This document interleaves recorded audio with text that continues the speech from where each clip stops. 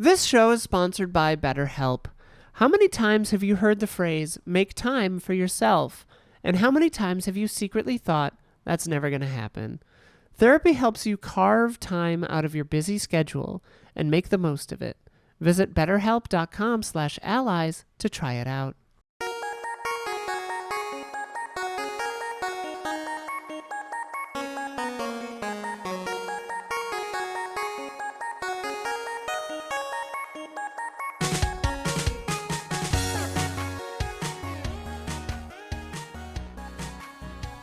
Hello, welcome to the Easy Allies podcast. I'm Daniel Bloodworth, coming to you from Los Angeles, California.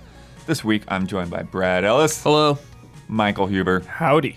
Michael Damiani. What's up? And in the control room, we've got Isla Hink making it all happen. Hi. And Gabby watching over us. Protecting us. Yes.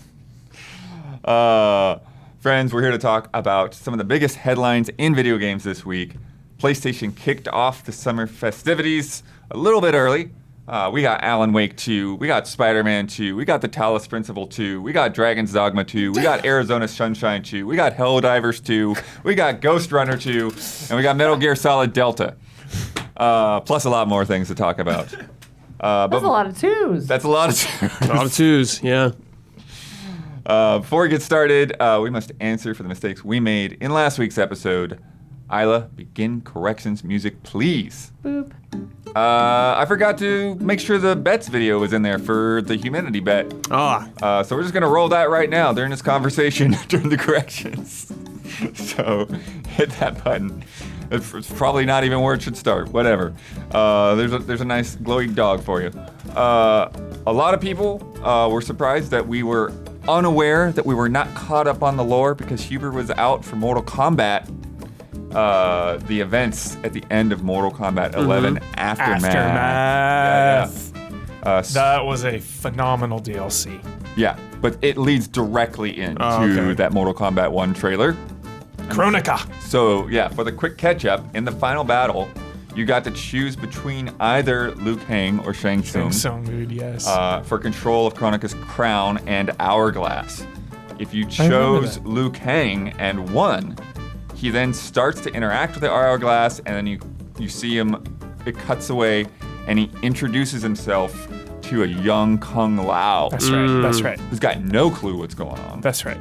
And yeah, telling him to start training for what's to come. Yeah. Yeah, anytime you bring in, like, Chronica's Hourglass, I'm super checked out. Yeah. Also, I had said that I was not sure where people had got the information on Mortal Kombat 1 crossplay. So what happened is they put up this FAQ on the page. The crossplay question was there, and it said we're gonna have details. It's gonna come after launch, and then they like edited it and took it out. But Wario64 had the screenshots. And nice. you could see it there. You could still go to his Twitter and see where he had put it up. Cool. Okay, so does that mean they're not going to have crossplay? It means that who knows what that means. Yeah. It's kind of, yeah. Maybe they're saving, like, that's a cool detail, so maybe they were, like, saving it. They accidentally put it in there, and they're like, oh, wait, we want to, like, announce that or something. Or maybe they will finish it in time for launch, and they're like, wait, we had a schedule on that, actually. Yeah. Who knows? If you have a correction, leave it in the YouTube comments on either the public version or the patron version of this episode. Start with the word correction and leave a timestamp for the part of the video that you are correcting. End corrections music. Boop.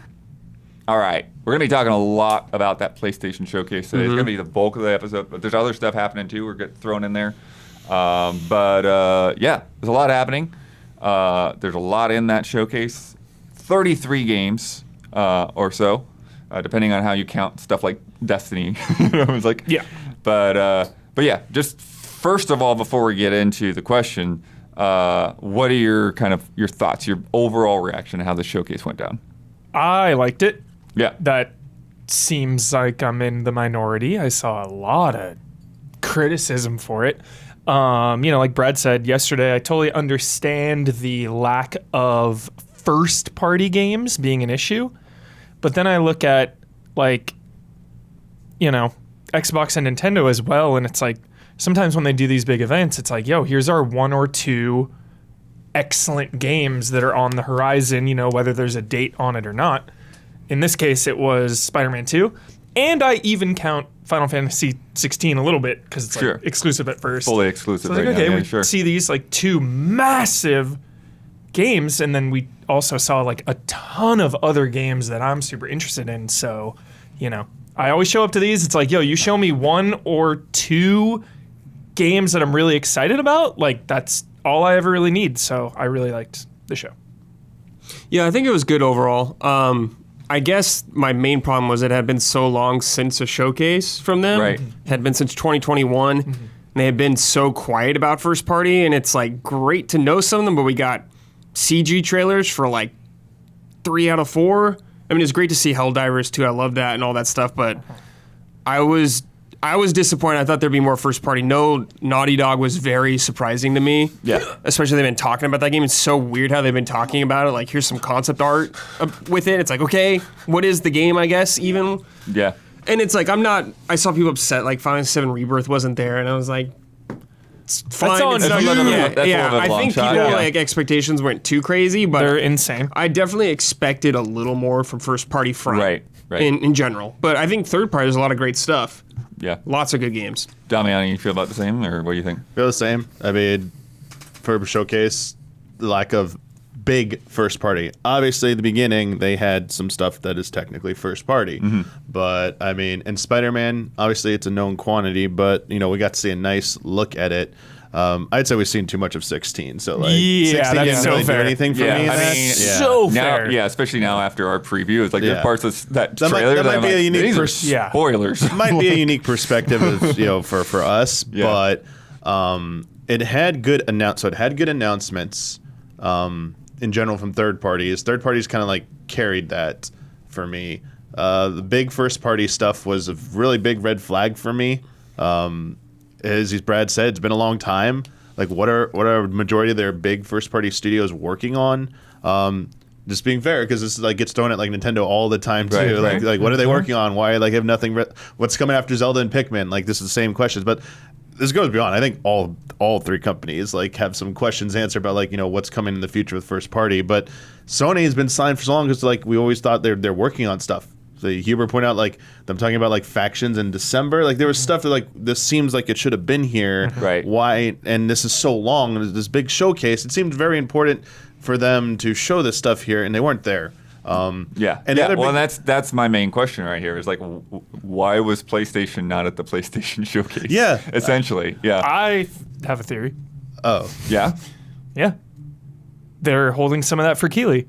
100% in my mind. I'm really because- curious to see if Maybe. anything Because- big shows up there. Because my logic behind it, especially with The Last of Us, last time Naughty Dog showed something, it was with Jeff Keighley and it was for the show, and they showed the concept art. So there's a continuity there. Right. Them showing up with Jeff again. It's like, okay, part 2 now.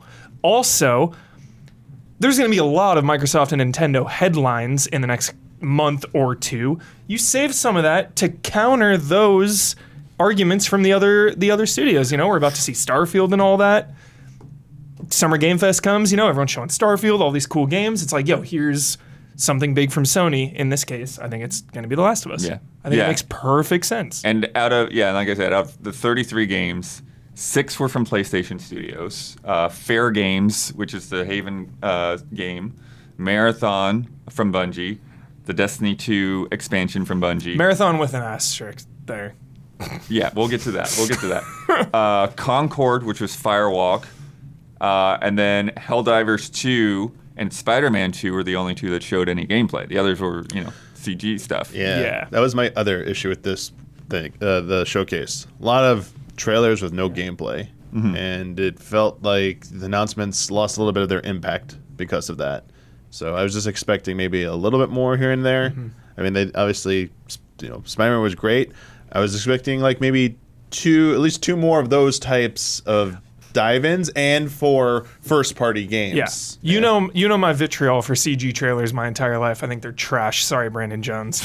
But don't you think if it wasn't leaked, that MGS3 announcement would have been like exciting. Instead, it was just like, It was leaked. I mean, no, that's what I'm saying, because it was leaked. Oh, sorry, If I got it it backwards. wasn't leaked. but I mean, I was unaware of the leak, so like, But the rumblings of Yeah. like, yo, Metal Gear. So then it shows up and it's like, okay, cool. I mean, We already knew that. Done. Moving on. So it like really sucks up like a Yeah, lot of that. but my criticism was first party, not that. Yeah, Right, I sure. mean, that's whole. Yeah, this whole other thing. and that's the other yeah. thing is like a lot of this first party is like first party that Sony just bought. Yeah. like these are Haven. these are why they Yeah. bought these companies Yeah. for these games that they were already making, and a lot of them are like I don't have the exact list in front of me, but like a lot of them are still multi-platform. Yeah. all the Bungie stuff is still multi-platform. You know. Yeah, and you're talking about Druckmann being with Keeley. It's like, well, they didn't have a showcase last year. They didn't Yeah. have that.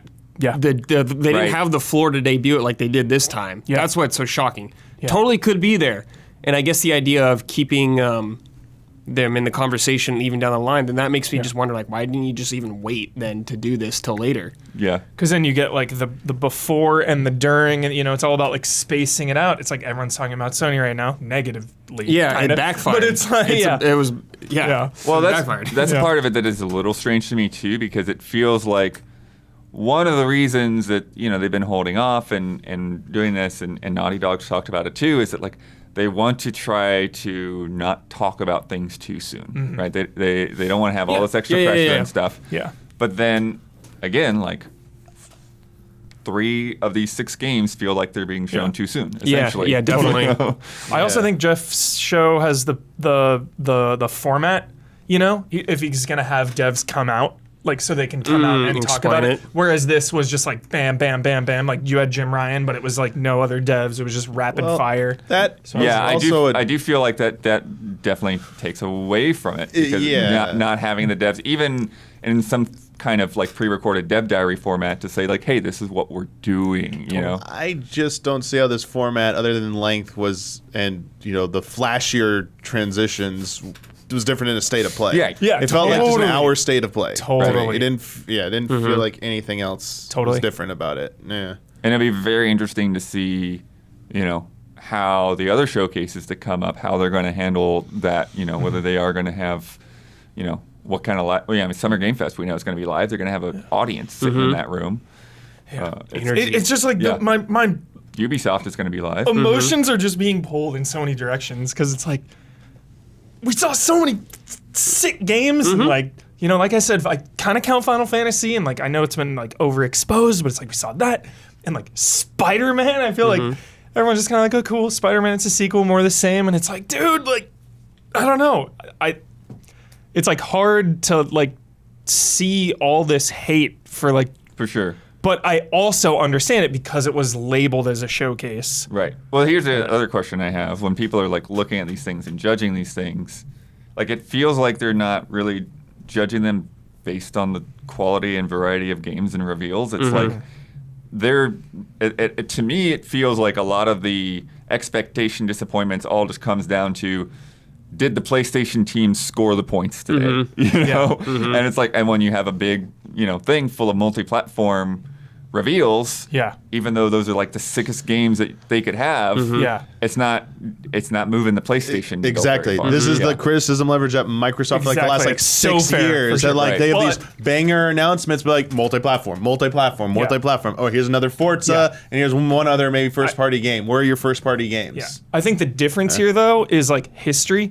PlayStation has come out with banger after banger after banger first party for the last many years, whereas Xbox has been like that build. I'm sure in the first couple years of like Microsoft not really showing first party, it was like, oh, okay, whatever, it's fine. But then it was like year after year. It's like, where are they? But it's like, Hey, you're right. I mean, last fall they had God of War, there's Spider-Man this Hey, fall. Last of Us Yeah. remastered, And Last of Us even though part yeah. one, whatever. It's like, Oh, that Force- was Forspoken? No, is no, not, no. right? Yeah, That's Square not. Enix, yeah. Yeah. But Even though like that's not. those games like are some of the biggest releases of the year. I mean, you could like you maybe could argue it's like if you just have these smaller studios, putting out exclusives as well, is that enough to surround like one massive title per year? Yeah. I Well, mean, and then yeah. the other question that I have there too is, Sony's got 20 massive studios right now. That's Yes. And Here we it go. feels like all of them are just full on focused on these games that are, the highest budget, biggest AAA, biggest, hundreds of people working per game. And then I look at stuff like, like what Obsidian's been doing and having these small, 20-man teams putting out games or whatever. And, you look at, like, you're talking about Nintendo, but Nintendo will still put out a lot of games in a given year. They do. Like even like the Advance Wars things, like Way Forward was working on that and stuff as well. But Nintendo published that and like had their teams directly giving feedback and interacting with all of that. And so that's why I'm thinking, like, Obsidian, Square Enix putting out 1 million freaking games, and it just feels like Sony and Microsoft they're not really doing as much of these smaller scale No. things. Sony definitely is not. They are all big AAA right now. There is no smaller projects right now. They partner up with a lot of indies, like and studios, like that's how we get like Humanity and stuff like that. They do. That's how they cover a lot of those smaller bases.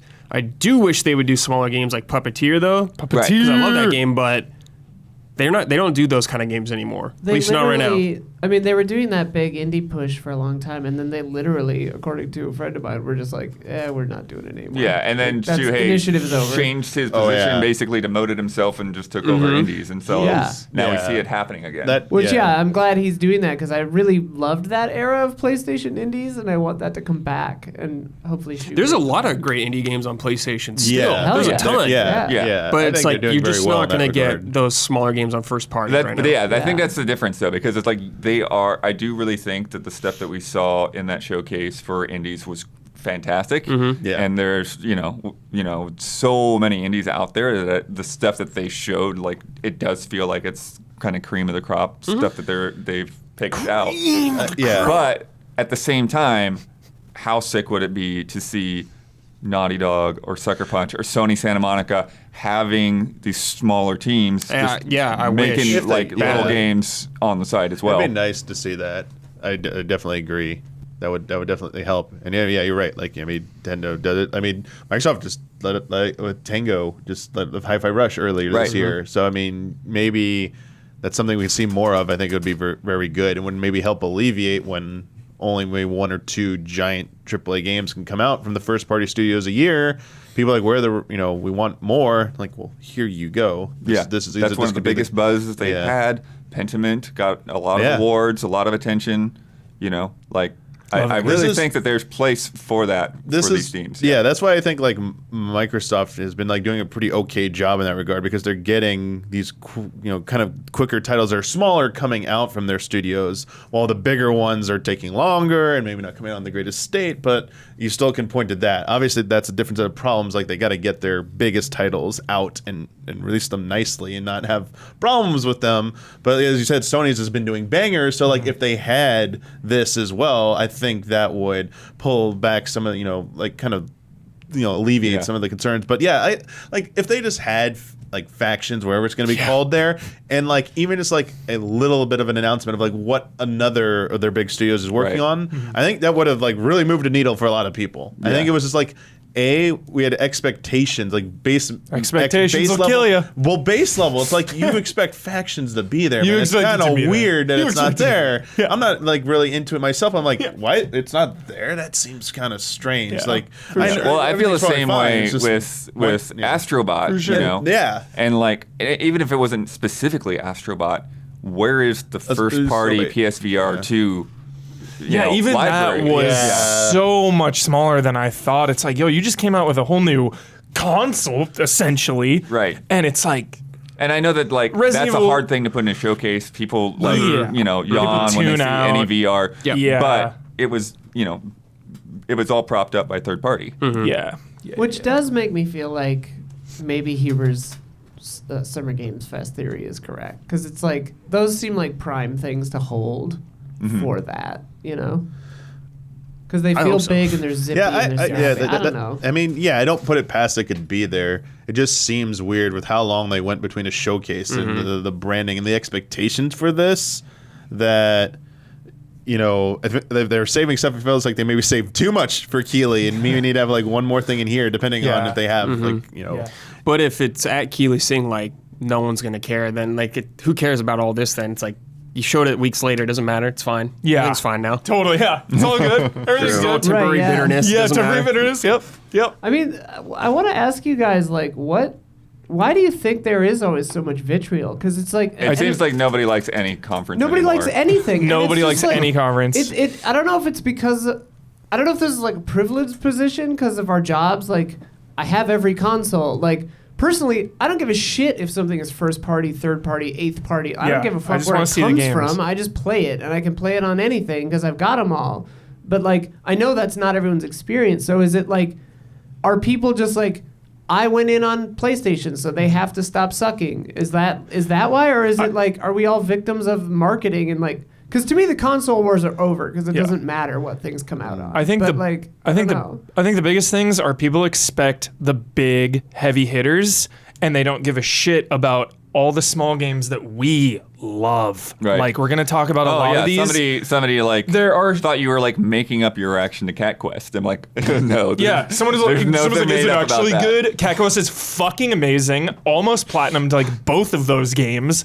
Didn't do like one thing because I was like, this is like super annoying finding some like chest somewhere. You're a failure, dude. Such good games. So, and I think it's just like people expect, they go into these wanting factions and Bloodborne and MGS3 gameplay and Final Fantasy VII Rebirth, and when none of those are there, trash, thumbs Right, down. I mean, right. Yeah, I think even Dragon's Dogma Like, 2 is a good example it's of like crazy. people that know that game like really freaking out. We and other saw people it. are like, I don't we care. saw Alan Wake gameplay. We saw Yeah. Dragon's Dogma gameplay. It's like it's win, like you winner. You're so right because it's like I've been waiting for Final Fantasy Tactics. I've been waiting for anything Bloodborne ever. Mm-hmm. But it's like I'm not poo-pooing every single showcase because it doesn't show up. I'm just Yeah. like, well, yeah. didn't Yeah. show Next up. time. I think this I is the don't get answer. it. People like have different expectations and interests. So when something they're not interested is not at the showcase, they just Yeah. think it sucks. So Exactly. they're like, oh, Exactly. you had nothing.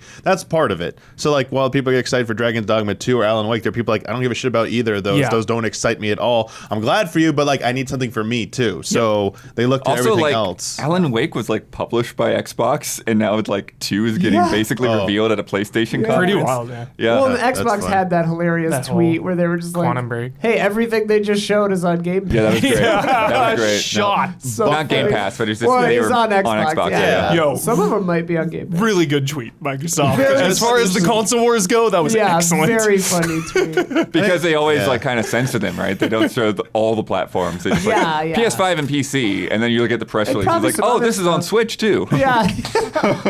Yeah. I mean, the other part of it, besides that, the other part of the equation is just like, I mean, we keep saying, expectations, but like the what people say publicly kind of influences those expectations. And you got to think that you got to have to show stuff up at a certain point. So when you have, as was December of last year, was the last time talking about factions, and gave you kind of like a He's like, kind we're of gonna blow the lid off it. Next year, Okay. you're gonna see a lot of it. So Was it next December? Or was year- that Summer Game Fest or Gamescom or when was Factions? They showed the show. I think it was Game Award. It was either Game Awards or Summer Game Fest. I think it was Game. I don't think no, it was it was Game Summer Game Awards. Fest then. It was Summer Game It Fest. was either Summer Game Fest or, Or Gamescom. Gamescom. or one of those Gamescom. two. Yeah. It was for sure Keighley, and they came out and talked about the show and then Yeah. like a little piece of concept art for Faction. So So- it was more than 6 months ago. yeah, like reasonably, you'd be like, PlayStation should go against probably the biggest event of the year. They were almost 6 months in the year. They probably show it here, and they don't. So it's like that's kind of, I understand why people expect it there. Rebirth, it's coming out by winter unless things have changed, which Square Enix has not said. So like you'd think, Probably this change. is a big event. And marketing is tied to Sony. It's a Sony console Yeah. exclusive. But I do think it's a Windows fair exclusive. point that like, yeah, they want to wait till 16 is till out 16 's before out. they Oh start no, using- yeah. that's fine. But like some people don't know that they don't like they're not in the industry. They don't know anything about like marketing plans and stuff like that. So it's like, oh, it's a big game. I've heard of it already. They've already shown it off. Why wouldn't they show it off again if it's coming out so soon? I've heard about that. So this public statements influence that. I mean, and when something's said, usually it's nice when someone will say something to update you. Like with 16. Yoshi P was always giving you like a date. We'll show you the next trailer by here. When it rolled into December that one time and like it didn't happen, he came out and said, sorry, it's actually like not happening. So they know the power of their statements, that it sets expectations. So I think given that, it was reasonable to assume that certain other things should have probably been here and they weren't. And it's, you could say maybe they're saving it for Keighley, but who knows? Yeah. And they have an event later this year too, so that's the game. I mean, before we dig into the games, one last little thing. Roll this. Project Q, a dedicated device launching later this year that enables you to play any compatible game installed on your PS5 console using remote play over Wi-Fi with a vibrant 8-inch LCD screen capable of up to 1080p resolution at 60 frames per second. This is just the bizarrest thing to me. Like, people talked about this behind the scenes. They had the leaks, and I didn't think it was real because it didn't make any sense. But here it is. And it's exactly what people said it was, except it looks like somebody just, like, cut a PS5 controller in half and stuck a generic screen in the middle. Like, what is the design on this? It's for me, it's useless because anytime I'm home, I just play on my TV. Right. You know, it's not like I can't take these games to go like a Steam Deck or like a... You can take it to go on Wi-Fi. You can play it over Wi-Fi too. But it's like, when I'm going to go to Starbucks and like play this, like, I don't good know. Wi-Fi probably. It'd have to be really good. People were pointing out like plain Wi-Fi probably won't be good enough, so No, you're not no, playing of on the course not. plane. So I'm good. Yeah. on But it that. doesn't have a name yet. It doesn't have a price yet. It's like, for me, it's so strange. There's a few things. I have a mild interest in it because I would like to just play in the comfort of my bed. But price point, obviously a big concern. The form factor, like it clearly looks. It doesn't look comfortable. Doesn't look comfortable, and so it also defeats the purpose. I either need to be able to hook up a PS5 controller, a DualSense wirelessly to play, and ignore the handles, or those handles can come off, which it doesn't look like they come off. They don't look detachable. If you look at the back, it looks like one thing there, continuous. I'm supposed to hold my hands up, so I'm like, that doesn't solve anything. So like, it actually will not be. I didn't even think of that. But for It's people playing on literally just a couch, it'll be fine. backbone with a built-in controller. Yeah. So form factor and whether or not I assume it will support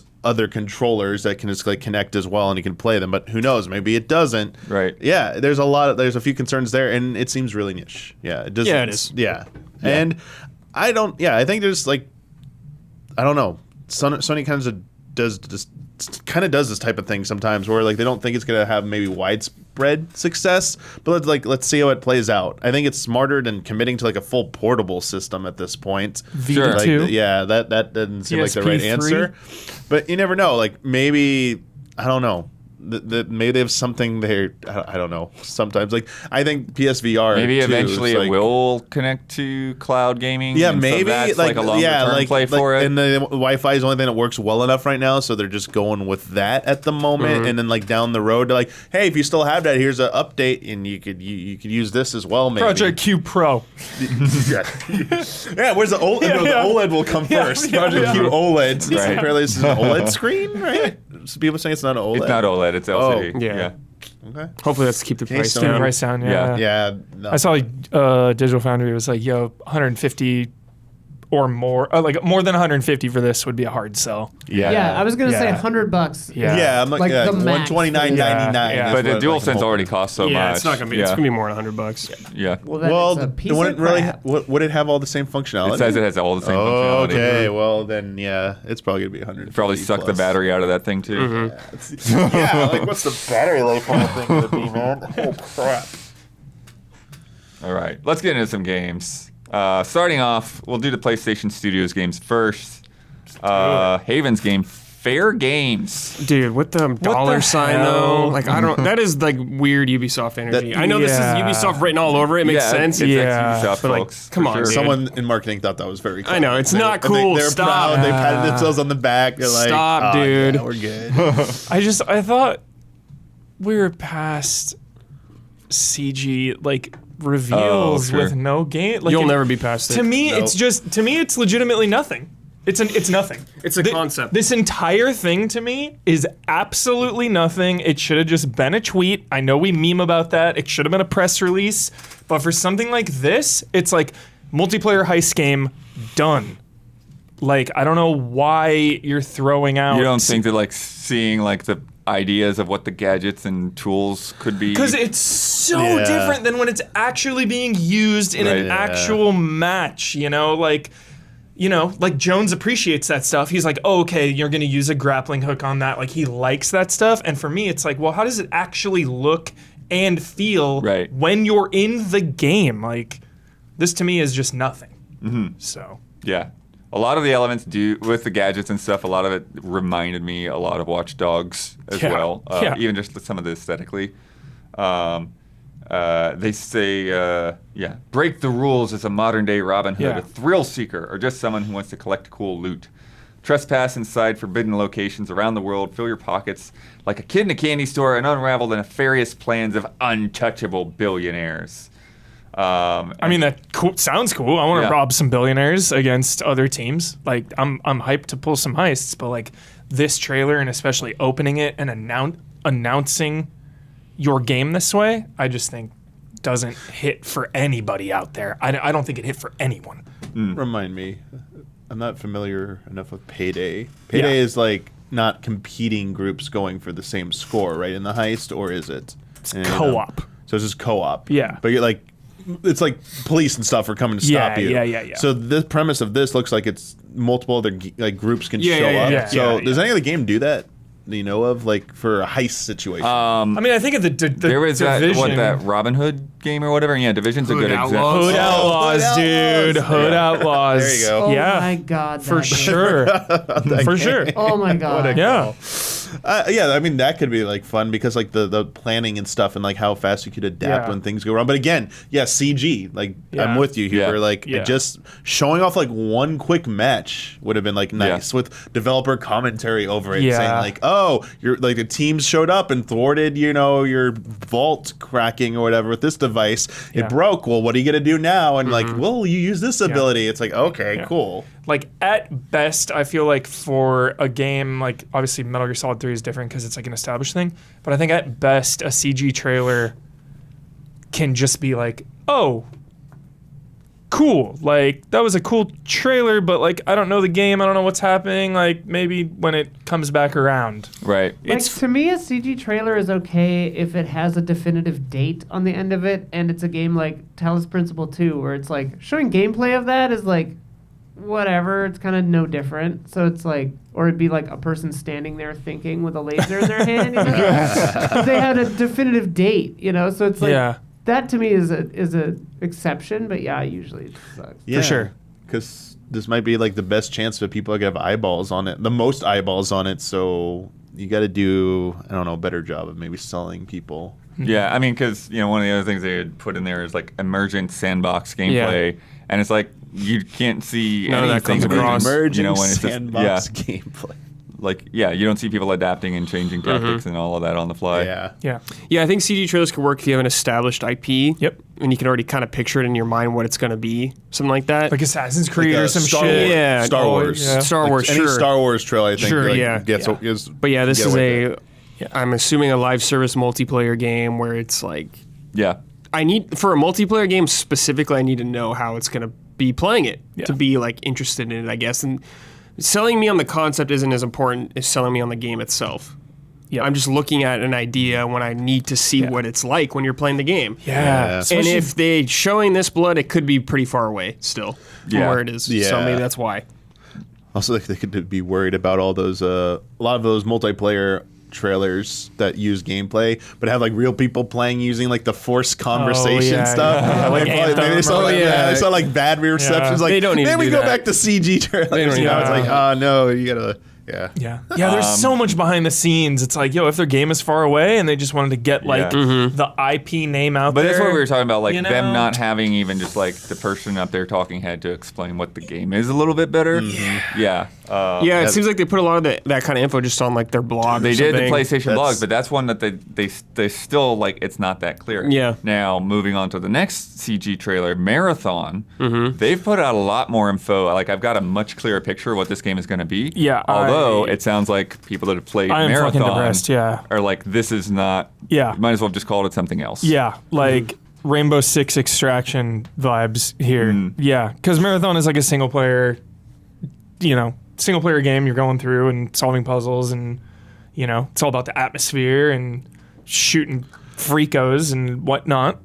And then now this is like a multiplayer loot game. Yeah, this feels extraction. I'll get into some more details, but basically to me, it's like the evolution, like the next step in Destiny. Yeah. Without having to be tied to all the It's a Destiny stuff. reskin Destiny, is what I thought. Because the important point is that story driven, right? Yeah. They're definitely focused on narrative, so that could really help, because I think they've proven themselves with Destiny. So they're saying PvP focus, no single player. That's so brutal. It's not a direct sequel, but something that fits into the same universe. They call it an extraction shooter. Yeah.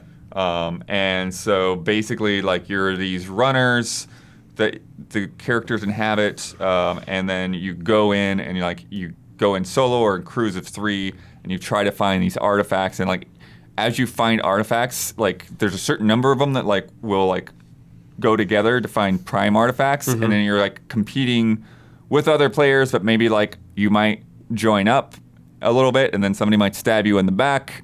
One of the things they're talking about is this like emergent narrative thing to where like your crew might do something with these artifacts that unlocks a new area for everybody playing the game.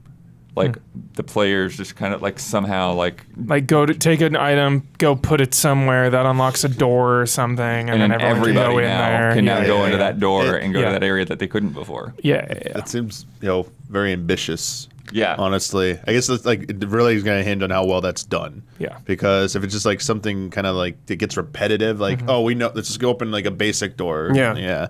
Go ahead. I would say it's gonna be like Tarkov and like Hunt Showdown. Like that's what an extraction shooter is, but I don't have any history with Marathon, so it doesn't really bother me that it's not. I feel bad for people that like the single player, but it's like this is from Bungie, who makes very good FPS games. Yeah. And to see them do something different that's not Destiny is very intriguing to me. Yeah. It's just a bummer they're like, I don't know, doing an extraction shooter. I thought we have like Tarkov and we have fucking... Yeah, you don't have that many on console, though. Like Battlefield has that mode, and but obviously Division Dark Zone, like...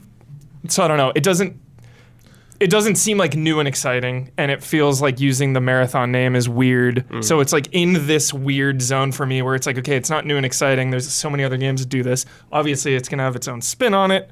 Yeah. I don't really... They are talking about like the the narrative argument. being based on like how players' choices and stuff, like that'll impact like how the seasons progress, but I don't exactly... Yeah, who knows if that'll come to that's pass, really. that actually works out. That I think it's I need exciting. to see that to believe that. That's the part that I'm excited it's extraction shooter. I think that genre still has a lot of potential left. And just because there's multiple games like that, I don't think that's like a bummer. I think the biggest bummer is that it's just Marathon for people. And they're bummed that it's not single player. But as it is by itself without the name association, I think it's a cool idea. Also, Bungie environments, man. Good environments. Yeah. Yeah. Oh, and the art style on this thing is actually super really good. sick. Yeah. I need to see it, though. Yeah, of course. Yeah. But here's the thing here, but this actually does sort of go to the point, the slight defense of a CG trailer. Yeah. So, one of the most challenging parts of game development is hiring when everything is still under wraps.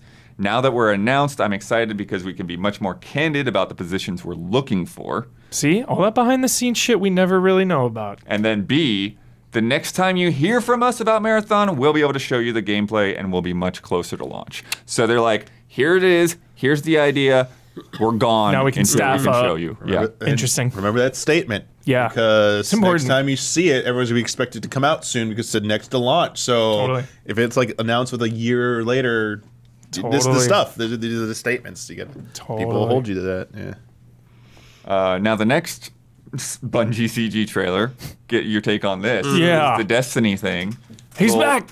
Yeah, just kind of showing I forgot this already. Kate okay, Six. yeah, I Cade remember 6 this. back Okay. with Cade Nathan 6. Fillion. I mean... But it's like, at the same time, it's like we don't really need to see more Destiny I mean, gameplay, it's cool but- Cade 6 is back, but I'm so tired of this, like, multiverse... It's not multiverse, but, like, multiverse adjacent shit where it's like, oh, that emotional weight of that character dying, psych. And it's like, cool, we could be yeah. in some, like, hell zone and he's dead still, but, like... it's just all these huge, never-ending narratives, like, it just, like, removes all the stakes. Like, I'm so tired of it, dude. Just, like, leave the man dead. Like, that was one of the biggest story impacts of that entire, like, game is freaking Cade 6 going down. Like, all the memorials, everyone's like, oh, Cade 6, like, I miss Cade 6. Like, such an impactful moment, and I'm worried this is just gonna, like, undo that because they want to have Cade 6. They are Especially hyping on this the up as a heels- finale, too. Especially on the heels of Lance Reddick. Yeah. Like, I don't know. I assume they had this plan for a long time, but it just feels a little odd. I don't know. Yeah, I don't know. I mean, the story continuing to me is like, it's a live service game. It's just going to keep fucking going. That's the kind of game it is. Going forever. So, like, I mean, I don't have any attachment to Destiny stories. So I don't really care. Yeah. But, like, yeah, it's not going to end unless they do Destiny 3. Well, this is supposed to be the end of, like, This the arc. Infinity Saga, Yeah. the Dark Yeah. Seeker Saga, what have you. Yes. They call it the Light Yeah. and Darkness Dark- Saga. Yeah. Yeah. Yeah, Dark Seeker, dude. Let's go. Yeah, but I mean, you are totally right. Like, games as a service, MMO, like, they Yeah. can get away with CG trailers because. Especially Yeah. when they're not. I know new what Destiny is. Not Yeah. when it's a new new product announcement, but yeah, when it's like the 8th expansion or Yeah, whatever, it's yeah. like cool because the gameplay stuff is probably gonna go over a lot of like the new stuff is gonna go over a lot of people's head. Yeah, yeah, yeah. And will like really bog down, the conference. So save that for like side stuff and give the cool flashy thing to like maybe lure in new Yeah. players. Well, and they're like, yeah. tune in on August 22nd. We're going to deep dive. That's exactly. That's where like the real nitty gritty, where like players who care about the game are gonna like Yeah. dive in and be like, feasting on those updates. Now, the one that I think Read those for me Forbes is probably articles. the biggest miss of these, Concord, because Yeah. I understand what Cool font. I right? understand what the heist game is. Yeah. I understand what Marathon is from all of the docs and everything. But Concord, it's a PvP multiplayer FPS, yeah, great, yeah. and Love that and shot, it's in though. space, I guess. Yeah, this was another nothing. It's 2024. This is truly nothing. They're transporting plants and they don't have their stuff locked down like a spaceship should have, I guess. Probably an emergency. But I don't know. I don't know what it's. Yeah, it's I hard to don't get know. excited for it. You're just like, what? Yeah. Okay. Yeah. Okay. There's the name, I guess. Yeah. Like, what is this game? Yeah. Exactly. Like this is where this being at like Keely's event and having that dev walk out there and just give you like at least Yeah. like 2 sentences about what genre is this? Yeah, this one description I've got of it is just like every time you log on is the beginning of a new adventure, and every match is an opportunity for a new Every story. Match. It's these ideals that define Concord, its unique universe of vibrant worlds, and its rich cast of colorful characters. And I'm just like, It's all just boilerplate. this is a video game? I don't know. Where are we like- dropping? That's what yeah, it it is. should be a movie, honestly. Like, what even is Okay, it? Can I just point out the shot of it, like the ship's exterior shot, where it's going down like whatever, like light speed, like an interstellar nod when Yeah. it's in the Yeah, when it's in the dude. 5D But even the space fact that going it's to the like- black hole, yeah, it's a like, multiplayer yeah. PvP FPS, The wormhole, and I sorry. see a spaceship. Like, I just don't even know how to connect those two ideas very well. You Yeah. know, it's like what does the spaceship have to do with This it? is the same as the like girl with the mantis blades when they announced Cyberpunk, right? Like 100 billion years ago. It's nothing. This needs to stop. Like if the point of this is just to be able to hire people, just put out a press release and hire people. Yeah. I don't know. It's Be like, hey, weird. we're But I making this mean- space game. Why- It's weird why- wanna because work it's on like it? if you're hiring for this as a new IP, like what Yeah. does it even matter? Right. Yeah, I don't know. Exactly. And it's like, yeah, I don't know. Hmm. Why rev up people's engines for nothing? I don't know. Yeah. Anyways, games that show gameplay now. Helldivers 2, Huber. Yeah, dude. So ready. When from the officially announced this for a long time, this got leaked a long time ago. We all knew this was coming, and the video leak, it doesn't lie, Bloodworth. I told you. Dude.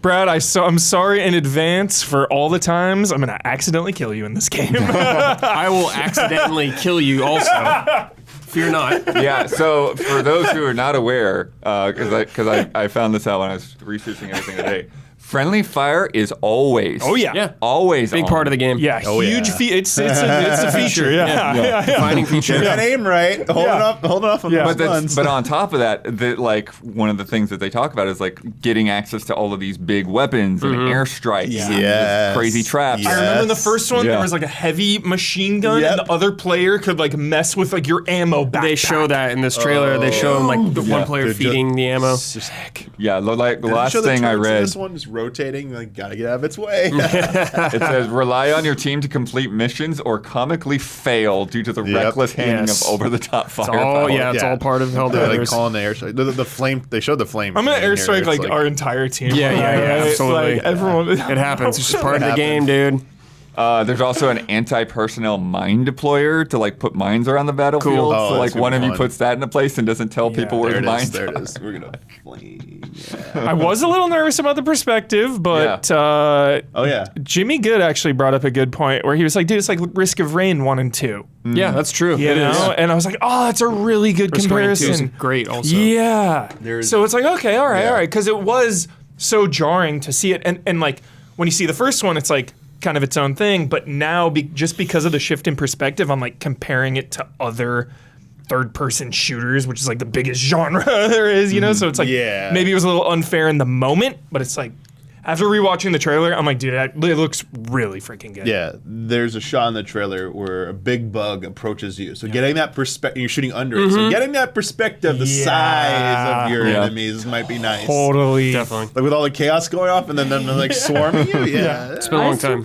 I super love the like been there, done that sequel philosophy where it's just like, no, yeah, it's a whole different thing now. It's like we did that already in the first one. Yeah. Yeah. Yeah, and leaning so much into the whole Starship Troopers vibes there too. In this Oh yeah, trailer. very smart. And this today is like literally from Starship. Yeah.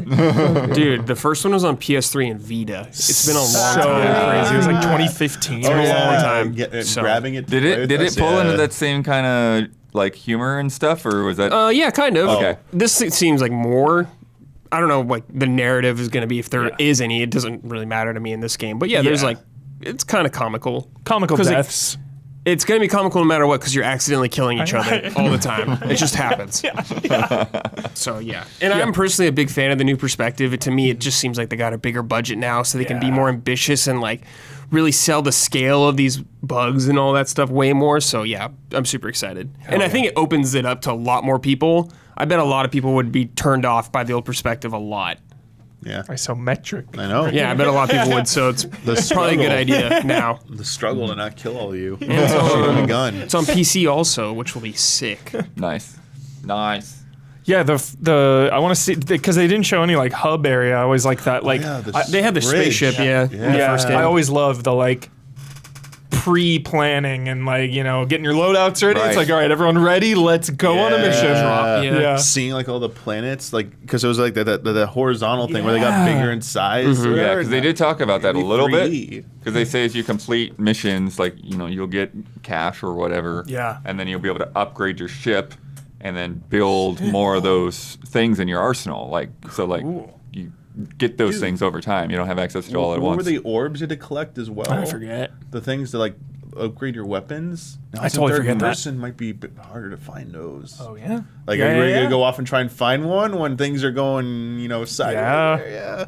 Yeah, especially if the map's way bigger. Like, Yeah. It looks way bigger. Yeah, like you don't have enough time. It's Yeah. like, ooh, reason to go back. Yeah.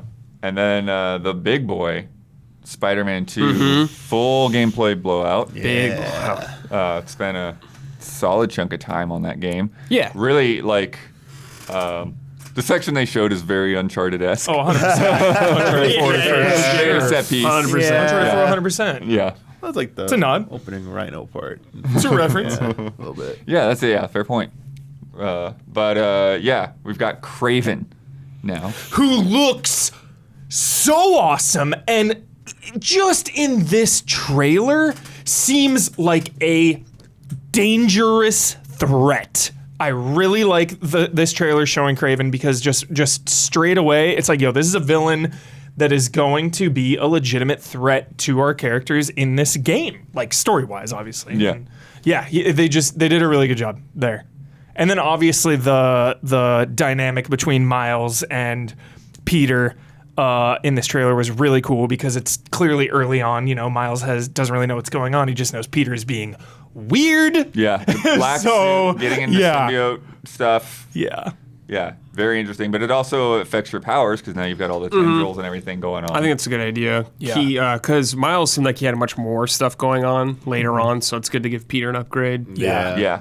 I also learned, the one thing I learned, new parry mechanic. Yes. Yeah. Oh. Yeah, Oh, some whoa, that's probably undodgeable, right there. some undodgeable attacks that you have to parry, Oh. Yeah. Nice. Yeah. which is Fortunately, really to go in cool. on that. Because dodge was like in the original. You know, So as long as you Oh, just get dodge and yeah. perfect dodge, you cannot even be touched. Which plays into Spider-Man. Like that's what Right. Spider-Man's all about. Yeah. So But so they're going after Kraven's going after Kirk Connors, the Lizard, and Spider-Man, and Spider-Man are trying to stop him. And then they did talk about they're going to dig more into that symbiote story, which is pretty clear there. The web wings that we see, Yeah. they both got that. They also talked about like wind tunnels. Yeah, they were like gliding, kind of flying. between buildings and stuff. That you kind of get propelled because of the airflow, which is it's a pretty neat detail. The web line that we see later on in like the stealth section, I really like that because it was always a thing. It was I'm like, I can't quite get to that person or whatever. And it's like, now you just make your own little tightrope. Yeah. Go over top of them, do that. There's a web grabber that like pulls enemies to like a spot. Yeah. And then Classic. you can kind of combo with that. With Miles has a thunderburst, which is like an electric ground pound, yeah. and then the chain lightning that we see The in electric there powers, too. chain lightning, bro. And then they say there's going to be individual skill trees for each of them. Great. But then there's also like a shared skill tree. Oh, cool. That it seems to be like for gadgets and techniques and stuff like that. So I Okay. don't exactly know everything that's going to be on there, but that's an interesting concept. It's like, okay, they're working together, so now you've got this third skill tree that works for both That's of them. cool. Sweet. Yeah. Yeah, I can't wait to get my hands on this game. I am actually like absolutely obsessed with the first 1.5 games. Miles Morales. Miles is a full game. Yeah, it's a just full smaller game. It's a full yeah. game. I just can't wait. I don't even know what to say about it because it's like everything's already been said. Everyone knows. It's almost like we take this for granted It because looks it's just so like, good okay, and it plays so clean. it's exactly like we wanted and anticipated. Like it looks incredible. Let's go. Let me just play now. Yeah. Like, what else can you even say? Yeah. It just visually looks so good. Yeah. I mean, I don't remember how fast you could like swing in either game, Very but like fast. how fast they were moving in this one. Yeah. Like, They talked about that. Miles They talked about launched the power of himself. the PS5 I was gonna say in low it's times, clearly been. Yeah, this is like For sure. not being cross-gen. Yeah, like this is absolutely the flying finishing. looked way faster. Exactly the fly and Miles's launch part. Yeah. at the one thing, he just like shoot rockets. I'm like, Yeah. dang, that's impressive. The jump boost in the original is one of Yeah. my favorites ever. When you zip to a spot and then do like the perfect launch, it's like boosh. Yeah. So sick. It's a showpiece. Yep. For a PS5. Insomniac has done a really good job of showing PlayStation 5, like, yo, this is what it can do. Like Ratchet and Clank was Yeah. a good example, and this is another great example.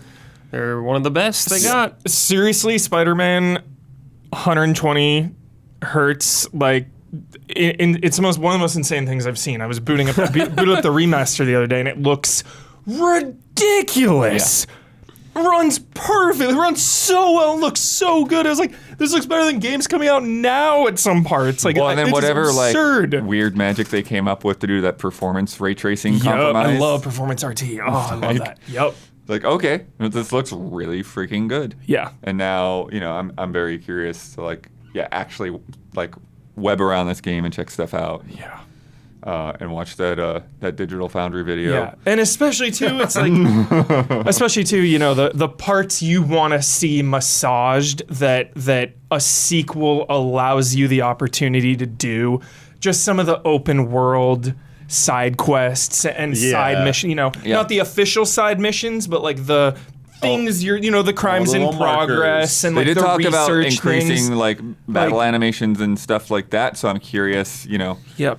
like I'm curious how many cars we're gonna have to hijack or Oh, whatever. man. Oh, man. There's more variety. to Please, that. more than one Yeah. animation. Yeah, it's always so hard to stop them too. I'm just mash it into freaking But yeah, it's going to be a big deal when this game comes out. And it's so Big. interesting too because the first time we saw the original, it was like really hyping up Mr. Negative. Right. And it's like, Mr. Negative's kind of a big part of that game, but like not the main part. So it's like, this trailer, like, they talk about Osborn being sick in the banter, Yeah. and it's like, okay, this is even probably the just such a dynamic with, small little.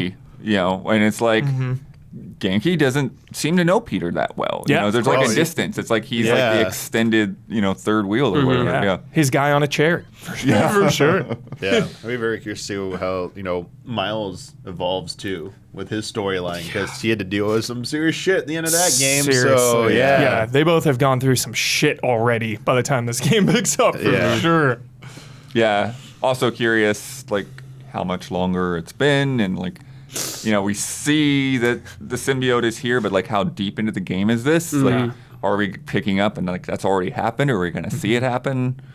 I feel like this will be like an hour in the game. Yeah, this is pretty early on, I feel like. Just because of the way Miles interacts with Peter. with Peter, for sure. Yeah. But this is easily one of my most anticipated games of the entire year, Yeah. and I cannot wait. Fall. Yep. Fall. Not- I was not sticking a surprised. point on No it. date, but okay. I think it just gives them that little extra... It does. It's a little safety net. little safety net, little wiggle room for like, okay, we need like 2 more weeks for this little bit of polish. Okay, now give the date. You know, that's all I think that is. I'm not worried at all about this getting delayed or anything like that. Yeah. Yeah. Looking really good so far. Yeah. Third parties. First up, Metal Gear Solid Delta. Snake Eater. Yeah. I'm kind of a buzzkill on this if you guys want to start us Delta off. means change. No, Yeah. like go ahead. No, like I think it's fair. I'm a I su- think there's I'm a super I think there's buzzkill on I this. think there's legitimate concerns besides it looking Yeah. nice. Yeah, like this trailer is like I think of those Kojima trailers. I think of Metal Gear Solid trailers, and like this is nothing. This is nothing compared to like a Metal Gear Solid trailer. Like those are some of the greatest video game trailers this world has ever seen, and this is just like not the vibe. It didn't give me the vibe at all. Kojima's not involved also, and I know video games are teams of developers, Right. of course. It takes a team to make a video game. We are so obsessed with directors and, film directors. It's like, oh, Guillermo del Toro, James Cameron. It's like, teams are making these things, but Kojima and Metal Gear, like Metal Gear is Kojima, Right. So, and after everything that went down with Konami and Metal Gear and Kojima, like this just is not doing it for me right now. Obviously, we didn't even see the game in action. Right. But there are some screenshots, Yeah. but it's just like basically environments. Yeah. And I don't even and- know if there's a screenshot of like Snake. And the only game that I've ever said I like more than Resident Evil 2, the original, at one point in my life was Metal Gear Solid 3 and Metal Gear Solid 4. I was like, this is my favorite game of all time. This is my favorite game of all time, like just for a moment. So I am very close to Metal Gear, but I was more excited for Volume 1 of the Right. originals, the re-releasing Yeah. of the originals. That's why I don't care that versus- this exists. Yeah. Because you're still going to be able to play 3, the original, if you want. Yeah. So it's like, cool, whatever. I'm fine with this. I'm going to play it. Yeah. Like, I would love if Kojima was involved in the game. It'd be sick.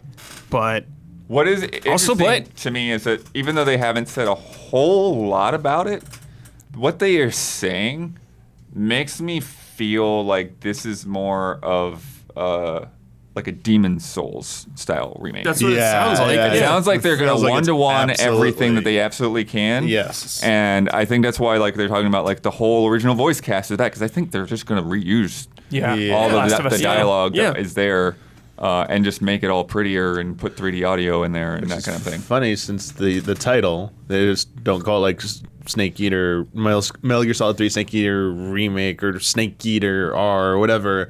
It's Delta. Well, it's for because change. they don't want to confuse new people, I think. They don't want people to feel like that don't know. Can't start with 3. Yeah, exactly. Well, Because they're probably going to do all the songs. Yeah. so that's for it. sure, for They sure. literally in the PR, the little bit of PR they're putting out, they're saying like the beginning, like this. Yeah, is they're like, going to do all the solo games. yeah, like here's the start. And Konami it's like, saw money on the table, and they were okay. like, okay. So Remakes are trendy we're just now. we're gonna work our Oh, way all up. the RE ones, yeah, Yeah. for sure. Yeah. So do 3 first, and then do Like you shut Peace the Walker second. you shut the power off and don't let him finish the game, and then now when remakes are trendy, you're gonna come out with this. Like it just everything about it rubs me wrong. Well, Konami's been doing better work, I'd say, at least just putting out collections of games at least. Right. And I don't know like who's in charge and making the calls. I have no idea what's going on behind the scenes. Like, yeah, it sucks the way Kojima went out, and I still think Metal Gear Solid 5 is not good because of the way it ended and stuff like that.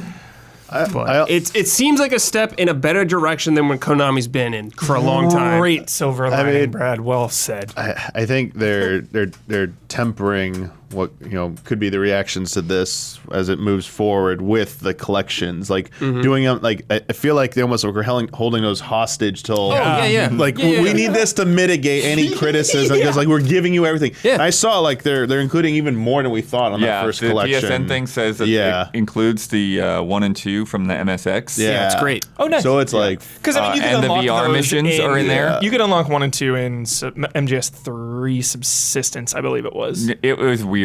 Like there's some releases that have them and some that don't. Yeah.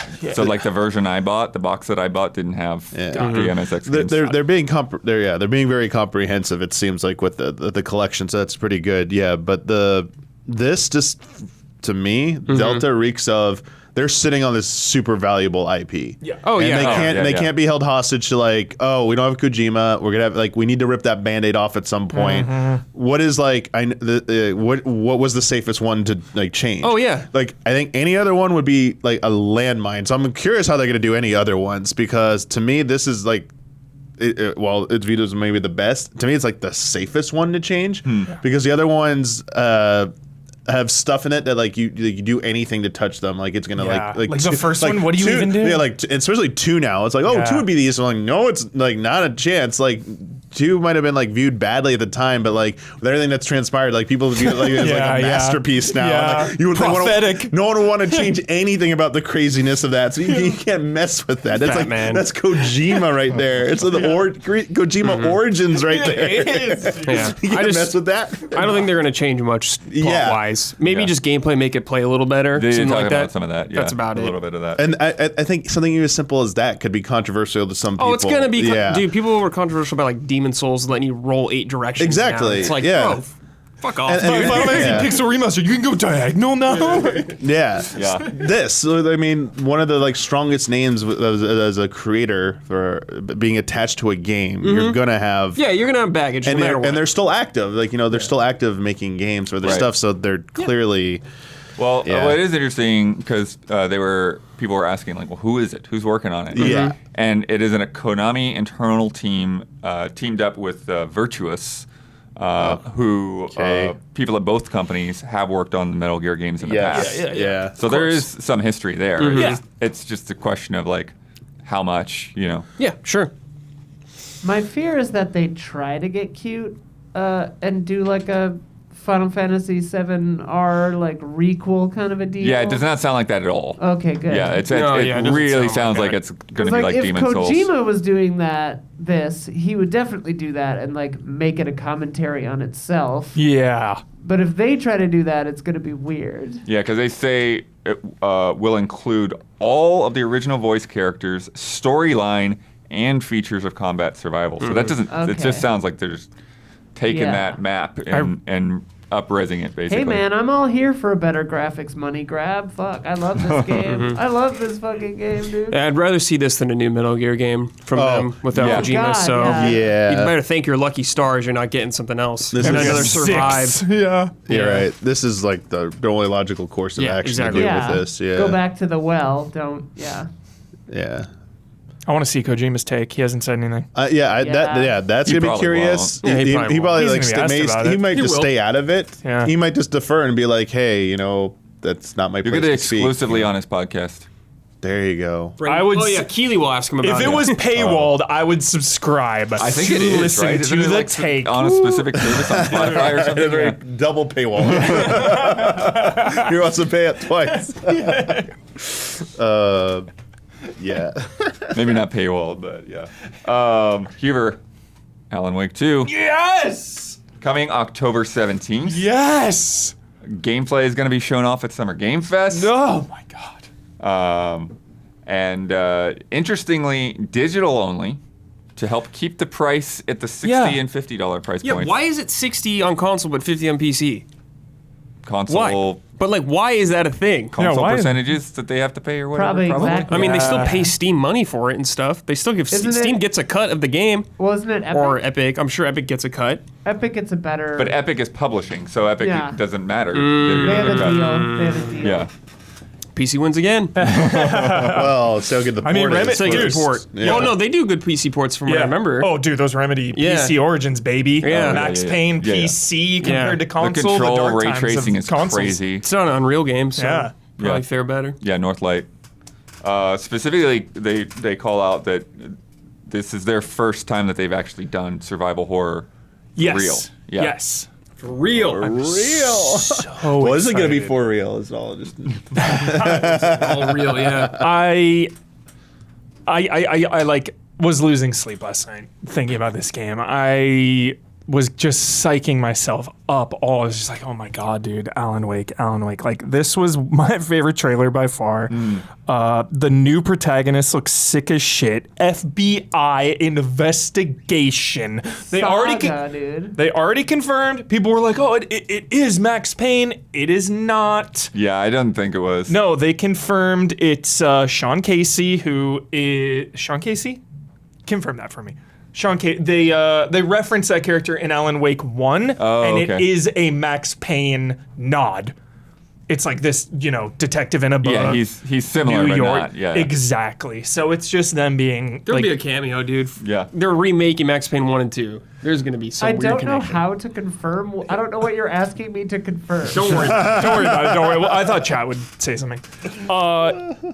Alex Casey is what Chad is yes. saying? Okay. Thank you. There we go. Okay, Alex thank Casey. you, Chad. I was Thank like, you. what is he talking about? Thank you. Yes. But yeah, the Yo, it's like Kingdom Hearts up in here with this Remedy universe, all right? Right. Mr. Scratch. well, that's one of the things that Sam's post was talking about is like, we've tried to do this several times over the years, and I'm glad that the other versions didn't work out. Whoa. Because It's such a now where feel-good we're story. at with Yes. everything connected, it feels so much better. I encourage everyone out there, I need to rewatch it again after this. I encourage everyone to watch, like, Polygon leaked it 10 years ago or whatever the hell, the Alan Wake 2 gameplay of the canceled version of the game.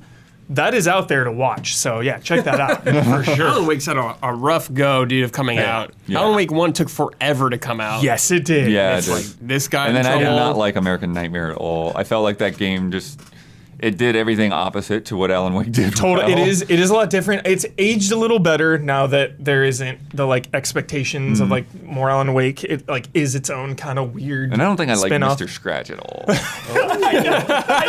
I know it's getting weird. But then Control and the Control DLC is kind of like Was that good? I didn't. That's the, The one deals- DLC I didn't do. it's okay. It's okay. That's why I did like the do it. stuff they threw in the main game. Yes, Yeah. exactly. Yeah, my expectations were extremely high for that DLC, so I need to go back and play it again. I only played it once, but my Okay. expectations were extremely high at the time, and I was like, eh. Because I loved the like Blood said, the little nods that were peppered into the game. I Yes. thought were sick. They were so cool. So cool the way that all ties in and like, yeah, just the way, like where this universe is at right now. I think it's so cool having like two distinct properties that can stand alone on their own, but also just have like really subtle, meaningful connections. Yeah. I think it is in such a great spot. Dude, the Bureau of Control could like show up in this Oh yeah, and 100%.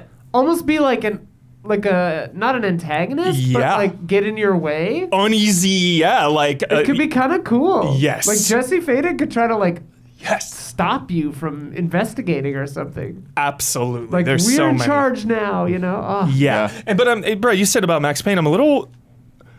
I don't know what's gonna happen with like Max Payne or like Quantum Break because of like who owns what and stuff. Right. But like even back in the day when Control first came out, they were like, you know, so many theories about the game. They're like, dude, is this one element connected to Quantum Break? Right. Like in Quantum Break, is that what he's talking about here? Like, so we don't know about that, but what we do know is that regardless of all that, Alan Wake 2 on its own looks amazing just from that trailer we saw. Yeah. Yeah.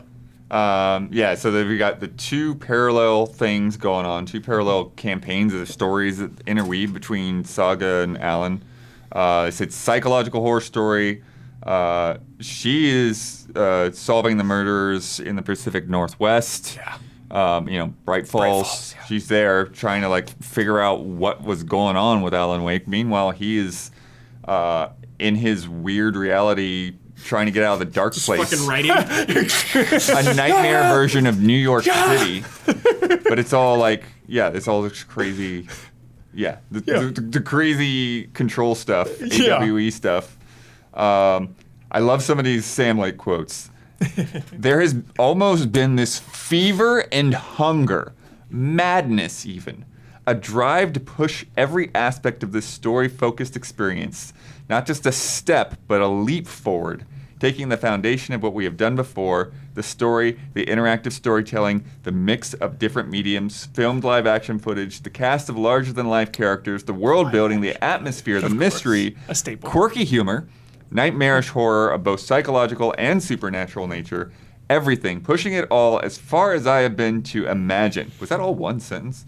Blood and breast. It's part of it. I feel that we, together with my very talented colleagues, have given everything we've got to this game. This is Remedy's most ambitious creation so far. So Dude. great. God, I love you, Remedy, so much. I love you so much.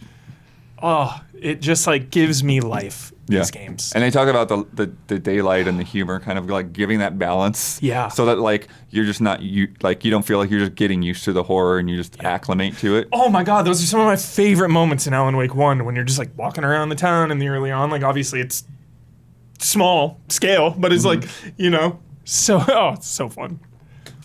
Can't wait. Yeah.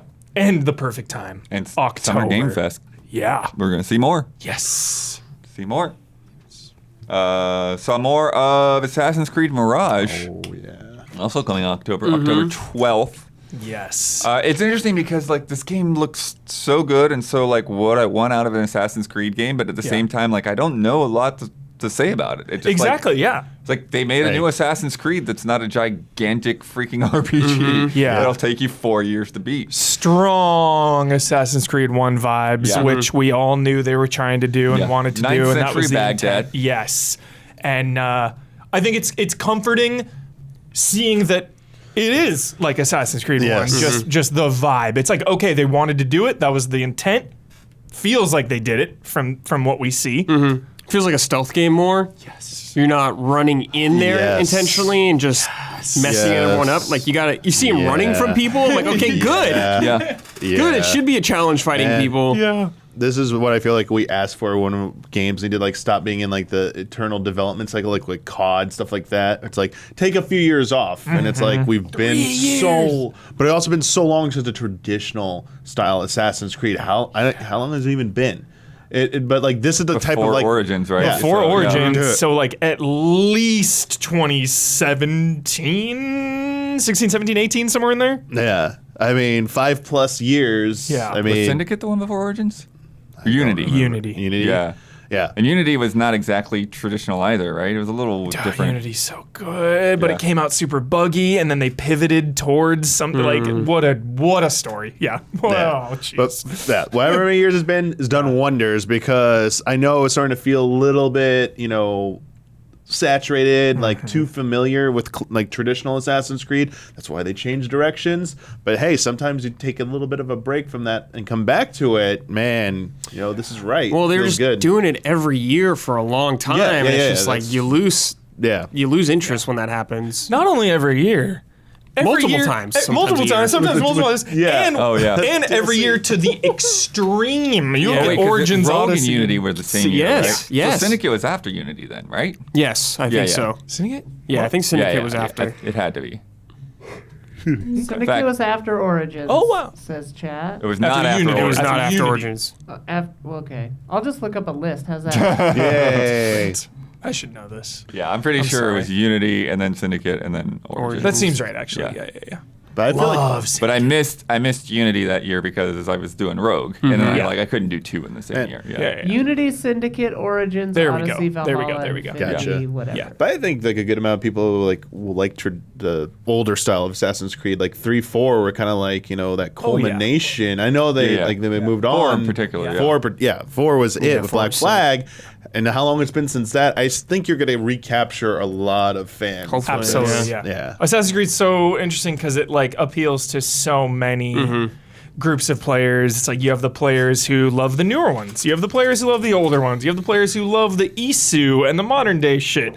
You have the players who are like, dude, I just want to cruise around some historical place. So it's like, yeah. It's cool. A couple of the new things that they talked about, showed off a little bit. There's the pole vaulting thing you saw. Yeah. They did that shot. That looks cool. There's also what they call Assassin's Focus, which allows Basim to mark and assassinate several enemies in a row. It sounds like Splinter Cell Conviction. Remember, you Oh mark and then pop, pop, yeah, pop, pop, pop, pop. yeah. I feel like it's going to be that kind of a Like thing. Deadeye. As long as you're Yeah. within Red Dead range, Deadeye? Yeah. as long as it's Do possible, triple it'll kill. do it. Sick. Yeah. One of my favorite moves is in Odyssey. You stealth and kill someone, and then you throw the blade mid stealth kill to someone else, and you jump to him and kill him. So cool. I still want to try once, walking into a place and just start killing enemies, You'll probably and let kill them everyone. all come after me. If you're just skilled enough, let's Yeah, go. probably. There was a guilty pleasure to do in every single one up to this point. It's like I'm gonna roll into this Counter, base or this attack. Oh my God, encampment dude. and let's Circle. go. No stealth. I'm just rolling man, through. I Let's don't go. want that. Same. They need to be a threat, dude. Fighting multiple people needs to be very deadly. crank. Yeah, but if it doesn't work, I'll be impressed though. I think Be the main yo, thing. here we go. I think the main thing with that would just be if the AI was able to not just do the one at a time thing. Yeah. Oh yeah, because You they know. would never all attack you at the same time. Yeah. So this Yeah, one, yeah. they They need swarm to you, swarm and you. you're just overwhelmed, man. Syndicate added levels to enemies to try to finally Yeah. counter that. No levels. No levels. Just Don't straight up do have it. everyone attack Yeah. me. You got the tech. I mean, it looks nice, but it doesn't look like it's cutting edge. So put some of that hardware to use with the AI there. Yeah. And I think the next trailer, when they get to focus on Basim, will sell even more people because again, he's such a great character. He's so good. Yeah. I hope they. So this is the first time where this character's getting any spotlight. No side stories. He or was- anything? he was in Valhalla. He's Okay. in it. Okay. Yeah, This I is didn't play a Valhalla. this- so okay. this is a Scene? prequel to Valhalla. This is set before that. Gotcha. Yeah. Okay. Damiani, the In team the that's doing this, Historical section. Who Got- knows what the modern Gotcha, day gotcha. stuff is? is Ubisoft Bordeaux. They're the ones leading the development, and they're the studio that did the Wrath of the Druids expansion. Okay. I love when a character. oh, Huber's like. Uh-oh. Those there. Valhalla DLCs are rough. Hey, it's all right. Not a fan of those. But this is good, giving a character more games because I loved when they did that with. Yeah. That's because people liked Ezio. Yeah, but when lot. you get a good character and let them have multiple games, I hope they keep it going. Yeah. I had a huge thing on my stream last night where I say, and I truly believe this, I think every Assassin's Creed main character is Oh, right. great. I truly believe that. And Gabby Those pictures, objected. those pictures of all the Assassin's Creed main characters in a line. I think seriously, all these characters I'm attached to. I'm attached to Bayek. I'm attached to Cassandra. I'm attached to freaking Eivor. I'm attached to Ezio, Altair, Connor? Connor, obviously there's weak links, but Yeah. replaying 3 remastered a couple years ago, I was like, dude, Connor is Chat wants to know if you're Cool. attached to Desmond. Desmond. Oh yeah. Modern day Desmond. I mean, I like Nolan North, I guess. Desmond is. I think they did him a little dirty, but I mean, It's messy, all right? It's complicated It's with messy. Desmond. I think yeah. when we had Like Desmond is Hatham one and that was the Evie. strongest for that stuff. Yeah. But it was always they just it made you Yeah. feel like you were gonna get a little bit more than you got every for sure. time. Hindsight, yeah. But I thought Desmond at the time was strong, dude. Yeah. Yeah. I love these characters. I really love them. Huber, what was that in? What line is it from where he says, "You're not in here with," or "I'm not in here with you"? Watchmen, you're not in here with-" Rorschach. Rorschach, yeah. I was thinking about that the other day, and like, people waiting turns in a fight. I want to talk to someone who's like a Navy SEAL or something, and it's like, is it possible for one person who's literally just a better fighter to beat a room of like 10 people who are okay fighters? That's a great question. Because like, I just want to know the science of it. Because it's like, would people wait turns because they're afraid of you? Like, is that... Would they all just swarm you and hold you down? Right. Well, like, that's- is that how you do it? Well, Like, that's the hard thing. Is like you try and swarm somebody, but like you might friendly fire. Like Friendly you fire? run it- Friendly fire. You like physical space. You all, like crowding around someone. Like you might get them down, but because it's like the old boy hallway, right? Where it's Yeah. like they kind of take turns, but they also kind of try to go in, but he just Totally. like whips a board at him. And Yeah, but everyone has swords in these games. True, So true. Yeah. it doesn't matter. Last big boy.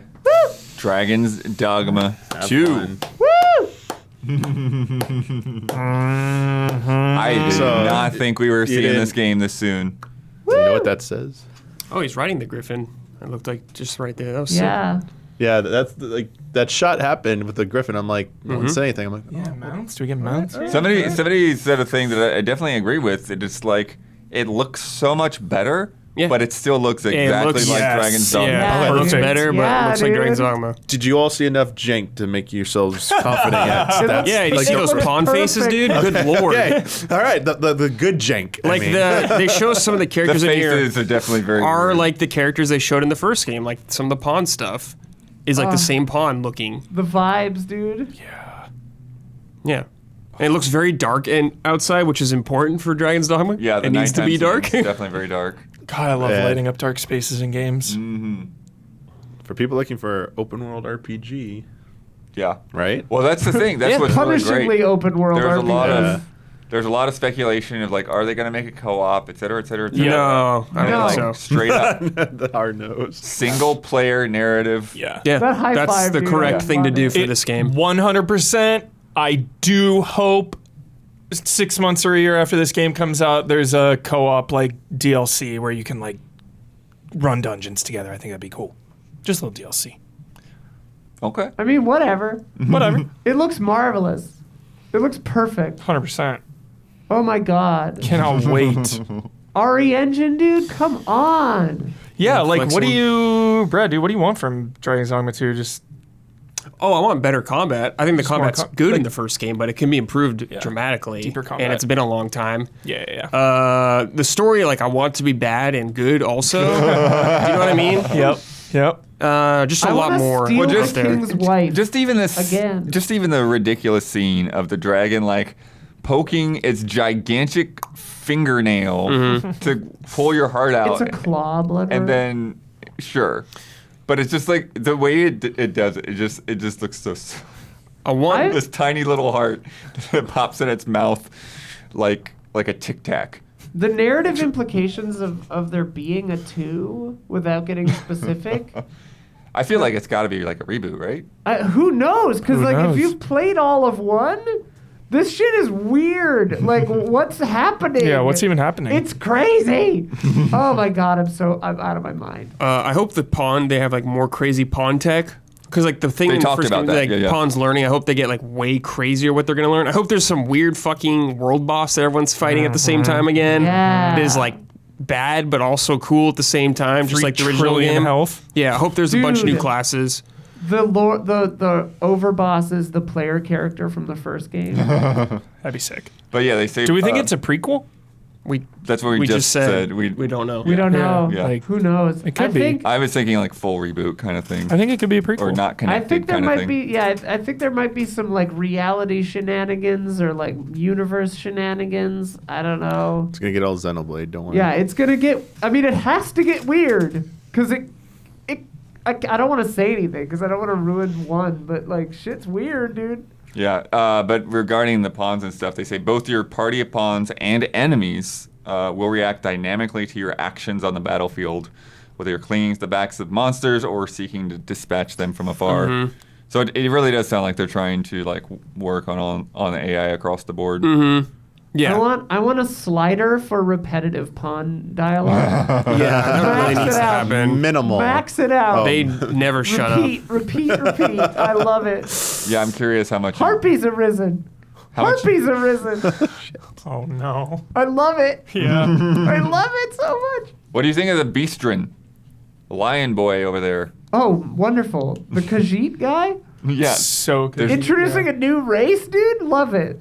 Love it. Yeah, just an Elder Scrolls race. Yeah. Yeah. And it's like, all right. Cat girls and boys? Hell yeah.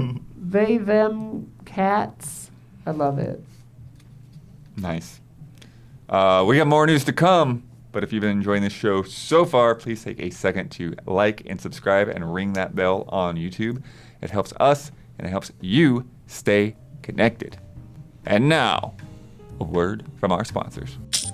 That's the sound of another sale on Shopify, and the moment another business dream becomes a reality. Shopify is the commerce platform revolutionizing millions of businesses worldwide. Whether you're selling taxidermied lizards or t-shirts, Shopify simplifies selling online and in person so you can focus on successfully growing your business. Shopify covers every sales channel, from an in-person POS system to an all-in-one e-commerce platform. It even lets you sell across social media marketplaces like TikTok, Facebook, and Instagram. Packed with industry-leading tools ready to ignite your growth, Shopify gives you complete control over your business and your brand without having to learn any new skills in design or code. Thanks to 24/7 help and an extensive business course library, Shopify is there to support your success every step of the way. What's incredible to me about Shopify is how no matter how big you want to grow, Shopify is there to empower you with the confidence and control to revolutionize your business and take your business to the next level. Now it's your turn to get serious about selling and try Shopify today. This is Possibility, powered by Shopify. Sign up for a $1 per month trial period at shopify.com/allies, all lowercase. Go to Shopify, shopify.com/allies, and take your business to the next level today. Shopify.com/allies. Yo, it's spring, it's warming up, and you want to be outside spending your time in the sun and having fun out there with all your friends. You don't want to be spending your time cooking complicated meals. That's why Factor, America's #1 ready-to-eat meal kit, can help you fuel up fast with ready-to-eat meals delivered straight to your door. You'll save time, eat well, and tackle everything on your to-do list. If you're too busy, skip the grocery store, skip chopping, prepping, cleaning. Just Factor's fresh, never frozen meals are ready in 2 minutes. So all you have to do is heat and enjoy, then get back outside and soak up that warm weather. If you need an extra boost of energy to support your wellness goals this spring, try Protein Plus meals with 30 grams of protein for more per serving. Help you pack on that muscle. With 34 plus chef-prepared, dietitian-approved weekly options, there's always something new to try. Plus, you can round out your meal and replenish your snack supply with an assortment of more than 45 add-ons, including breakfast items like delicious apple cinnamon pancakes, bacon and cheddar egg bites, and potato, bacon, and egg breakfast skillets. Or for an easy wellness boost, try refreshing beverage options like cold-pressed juices, shakes, and smoothies. Looking to pack in more protein conveniently, add on filling options like salmon fillet or chicken wings to your Factor meals to support your dietary goals any time of the day. Head to factormeals.com/allies50 and use code allies50 to get 50% off your first box. That's half off. That is code allies50 at factormeals.com/allies50 to get 50% off your first box. Check it out. Good money habits start with your very first paycheck. And if you just scored your first job, you've got an important opportunity to jumpstart a healthy financial journey. When you sign up for Chime and link a qualifying direct deposit, you get access to benefits like getting paid up to 2 days early and fee-free overdraft up to $200. And with Chime, there are no monthly fees, no minimum balance, and no deposit required to become a member. So sign up for a Chime checking account today to link your paycheck. It only takes 2 minutes and does not affect your credit score. Get started at chime.com/allies. That's chime.com/allies. Chime is a financial technology company, not a bank. Banking services and debit card provided by the Bancorp Bank N.A. or Stride Bank N.A., members FDIC. Early access to direct deposit funds depends on payer. SpotMe eligibility requirements and overdraft limits apply. See chime.com/spotme. And if you are a patron of Easy Allies, thank you. All right, we're going to hit some personal favorites now. We're not going to go through every single game that was in that showcase, but we're going to go through some ones that people wanted to talk about. Huber, Yeah, dude. you're up first. Yes. Sword of the Sea. Hyped on this shit.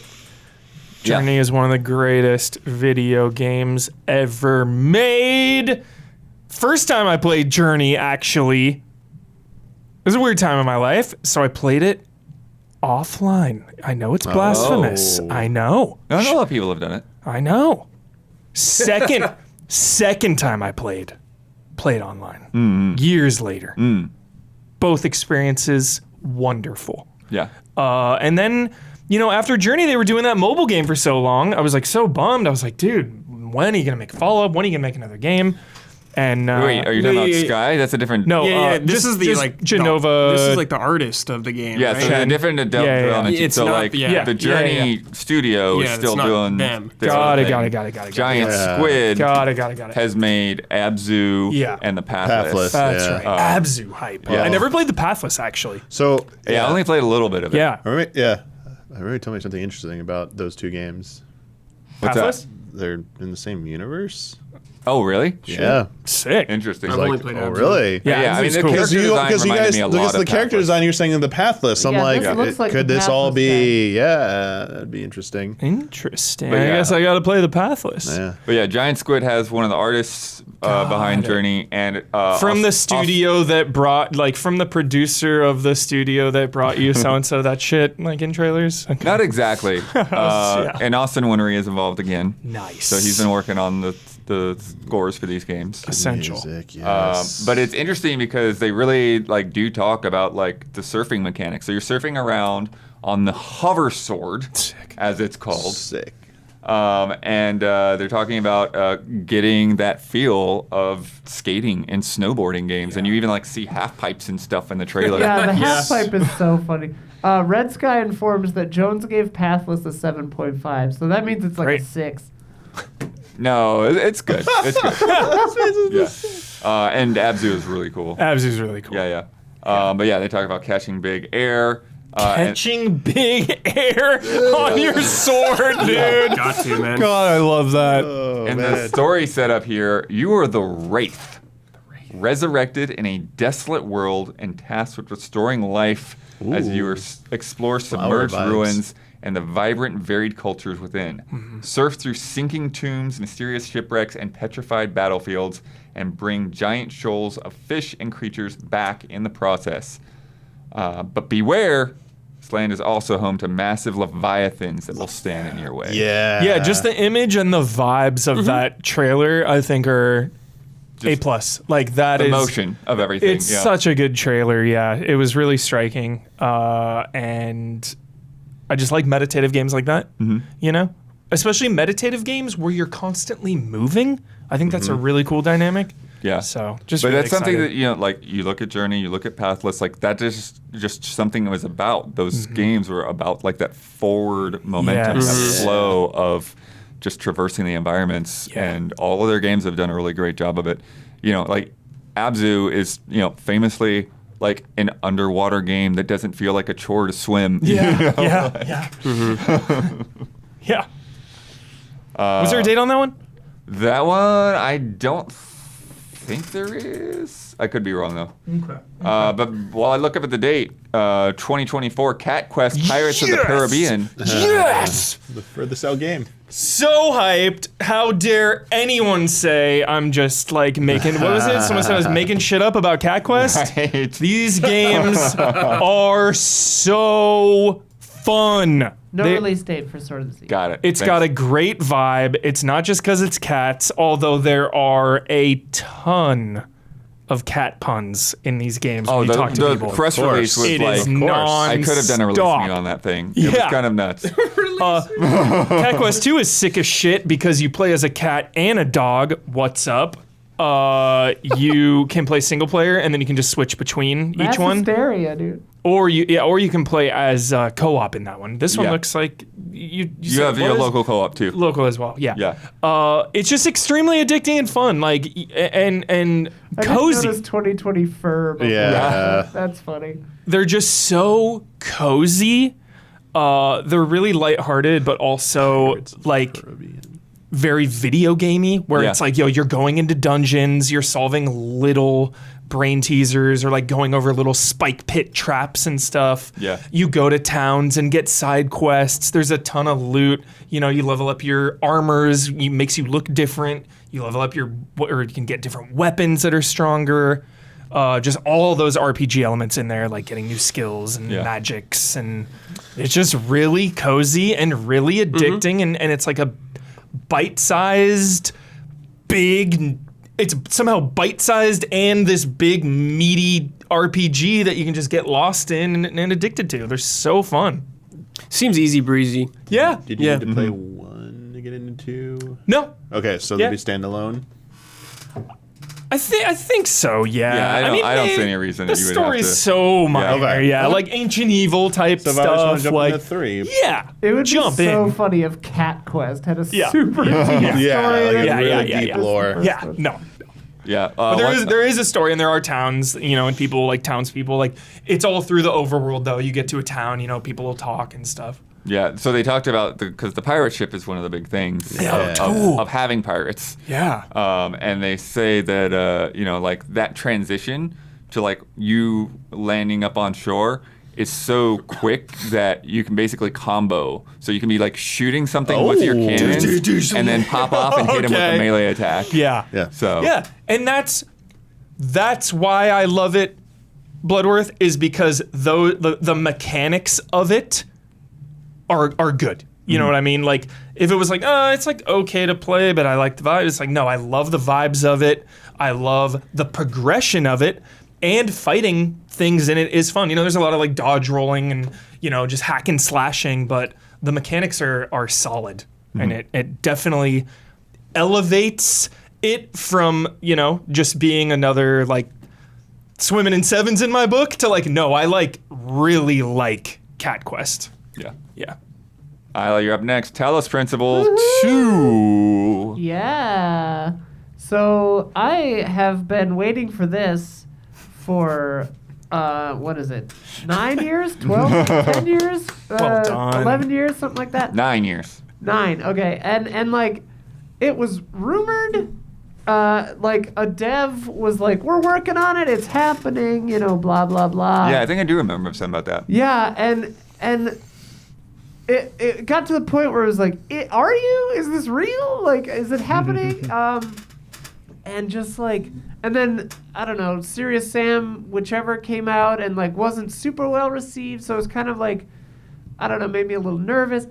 But just to see this and to see the direction they're taking it, and without getting specific, like the lore implications of what we're seeing, like they're showing wildlife and places and things, and like no, but like, that sounds like a ridiculous statement. But like, there's a bird, like we're seeing it, you know, and like for reasons that's Life. kind of wild. There's life. I mean, yeah. Yeah, let me give Yeah. you the Yeah, the I mean, did they spoil it in the press release? Can I not tiptoe around it? yeah, I'll give you what they say about it, and then you can Okay. decide from there. Okay. Set in a distant future where humankind has long been extinct. Okay, well, they say that. Okay. Human culture lives on through interminable robots made in our image. Embarking on a quest to investigate a mysterious megastructure, you will be confronted with questions about the nature of the cosmos, faith versus reason, and the fear of repeating humankind's mistakes. Mega structure. So Peach trees, Island. they basically say, yeah, peach trees. They basically say it. So it's like these robots are basically like the future of human thought, whatever. And like seeing the world that they're going to now create is very, very cool because like the philosophical debates of one and especially Road to Gehenna, the DLC, is sort of about that and about like preparing to be ready to do that.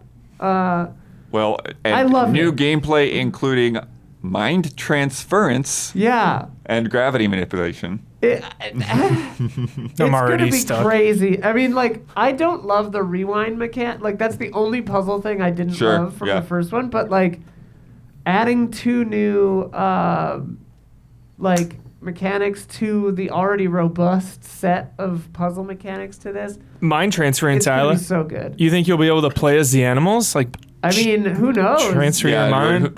You could transfer into giant mechan. I mean, who knows what you Yeah. can transfer I mean, into. certainly, I think you'll be able to transfer between robot bodies because, Yeah. like, you kind of do that already in one part of the first one. But like, yeah, I don't know. It could be cool. But Yeah. like, I could definitely see like having to like co-op with yourself through puzzles. Like that could be something. I would definitely. Yeah, you kind see of them did that doing anyways with the recall. Yeah, ability. basically, yeah. So like, yeah, I don't know. I'm just so out of my mind for this. It's like so everything I love. I It's don't your know. Evil Within 3. Yeah. Where it's like, it could happen, but it Yeah, might not. yeah. It's like, I want it. A couple more of their Awesome. bullet points. You can finish the game without solving every puzzle.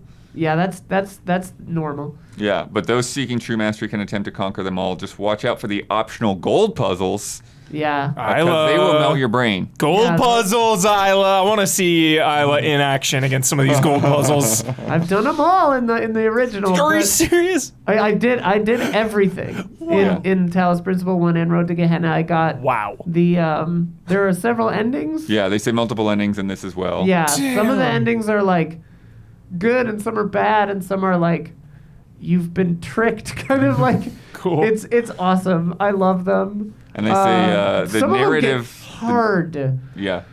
The narrative is itself a puzzle to be solved. Yeah. And any player who dedicates themselves to digging up its deepest, darkest secrets will have their inquisitiveness rewarded. Yeah, that's So that's an interesting thing to Yeah. say. That They're it's like, confident in it. It's not just Yeah. like vague up to your interpretation. It's like, well, if you dig into Yeah. this, you're gonna see what it's about. I That's saw them encouraging. describe it as like a story for adults. I'm like, what the fuck? Come on. But like that's like the first one where there are a few different stories going on. Huber, I think you'd actually kind of really appreciate it. Yeah, I like I know the- it's laser puzzles, but like For sure. I like the narrative elements of it for sure. Everything you've said. the in Road to Gehenna, it's a bunch of the robots like they basically have like chat rooms and they're playing like muds with each other. Awesome. And like I don't know, I love it. I'm probably just kind of rambling, but Yeah, I think I remember that. Yeah. Talos Principle is so good, dude. I don't know. And the Nice. music is so good. What Blood and Slack was like? Yeah, I played a little bit of it, and it was a screenshot of 36 35 hours. It's like, yeah, I played a little bit of the It's a first small one. sampling. It's That's like, not what I okay. meant, but yeah. Yeah. Beat like 2-3 games in that time. Okay. I wonder what mine is. I want to check. Yeah, I don't know if I played the DLC or not. I can't remember. I might have. It's really good. Yeah. Brad, Ghostrunner 2. Yeah, dude. They showed this off a little bit. They didn't put a whole lot of extra details out after it. No. It's been known for a while that they were working Yeah, on they this were working game. on it. We got to finally see it. Ghostrunner was an awesome game that not enough people played, unfortunately. Classic. Do yourself a favor. It was on Plus a while ago. Do yourself a favor. Play it on PC, though. Got that mouse and keyboard control, because this is a very fast and game where you have to be very accurate. Yeah. It's one of those games, like, if you like Hotline Miami, you're going through obstacles, you're killing dudes, but you're dead in like a hit or two. Yeah, this is a performance game. Yep. Yeah. You are running on walls, you're whipping onto stuff, you're cutting dudes in half with a katana. It looks like in the sequel you get a motorcycle now, which is doing gonna the be motorcycle stuff really looks really sick, great. dude. Yeah. I cannot wait to play this one. The first one is really good, but it just looks like they're just polishing everything up more. And I heard there's like a hub in the second one now that you're going to be going to in between, so that's great.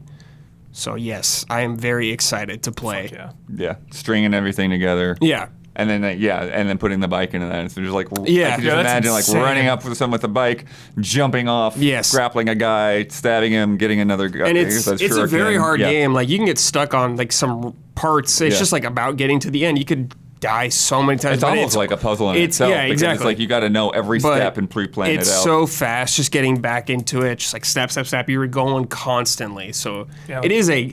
You like gameplay? You play this game. This is a gameplay hell of a game. Hell Check yeah. it out. One I wanted to bring up, I don't really exactly, Towers of Aghasba. It's a weird word. Oh gosh. That's a great swing. I don't know. That sounds like a Aghasba. patch in a MMO blood. I have 58 hours in Talos Principle in Steam. Nice. And I played a bunch on PlayStation too. When I first saw this, I was like mistaking it for like the whatever from Fumiga's working on. game. Yeah. This looks sick. Yeah. And because it's got like these crazy character designs, it's got these people like speaking this Weird language, and I'm like, yeah. well, I don't Wearing a quite- mask. Yeah. Yeah. Yeah, it's definitely have a lot of those aesthetics. But I was reading up on this, and it's interesting because it's got, it does have like these sort of like Princess Mononoke or Nausicaa vibes, to where you're coming back to like re-inhabit this like tribe's homeland or whatever, but the gods are like skeptical and it's like, you can't just ruin this place, like the people before you did. And so it's like you have to balance like the city building with also building like natural parts of the environment. So you have to like do these things sort of in tandem. So you build up houses, you put all that stuff in there, then at the same time Plant some trees. plant some trees, and then like we got these crazy flying things that again look like something out of Shadow of the Colossus. These just giant. Or sort of the massive- sea kind of looks like the same kind of. Well, they look kind of. They remind me of like something out of like Xenoblade Chronicles. I mean, they're just A little bit, yeah. Yeah, it's like huge Zelda flying meets thing. Xenoblade. They look like the Storm King from Demon Souls, just flying Yeah. around. yeah. Sick fight. But yeah, throw them. I don't know. I don't know how it's all going to work out. Yeah. Because it's like there's definitely that building, like city building sort of aspect to it, but there's so much exploration shown in that trailer too. It reminds me of like it's gonna be like a crafting game. I think like Yeah. Subnautica reminds me of that. Yeah. And they talk about you need to build multiple villages, multiple Yeah. settlements. Yeah. And like each one has different aspects to it and different upgrades that you get out of them.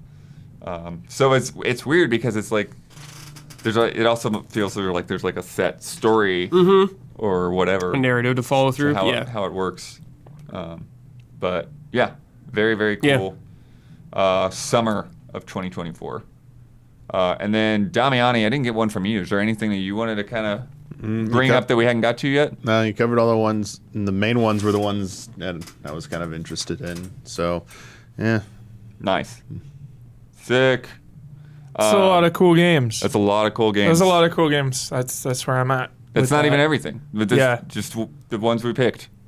So more games than that. I'm satisfied. Are you not entertained? I'm entertained.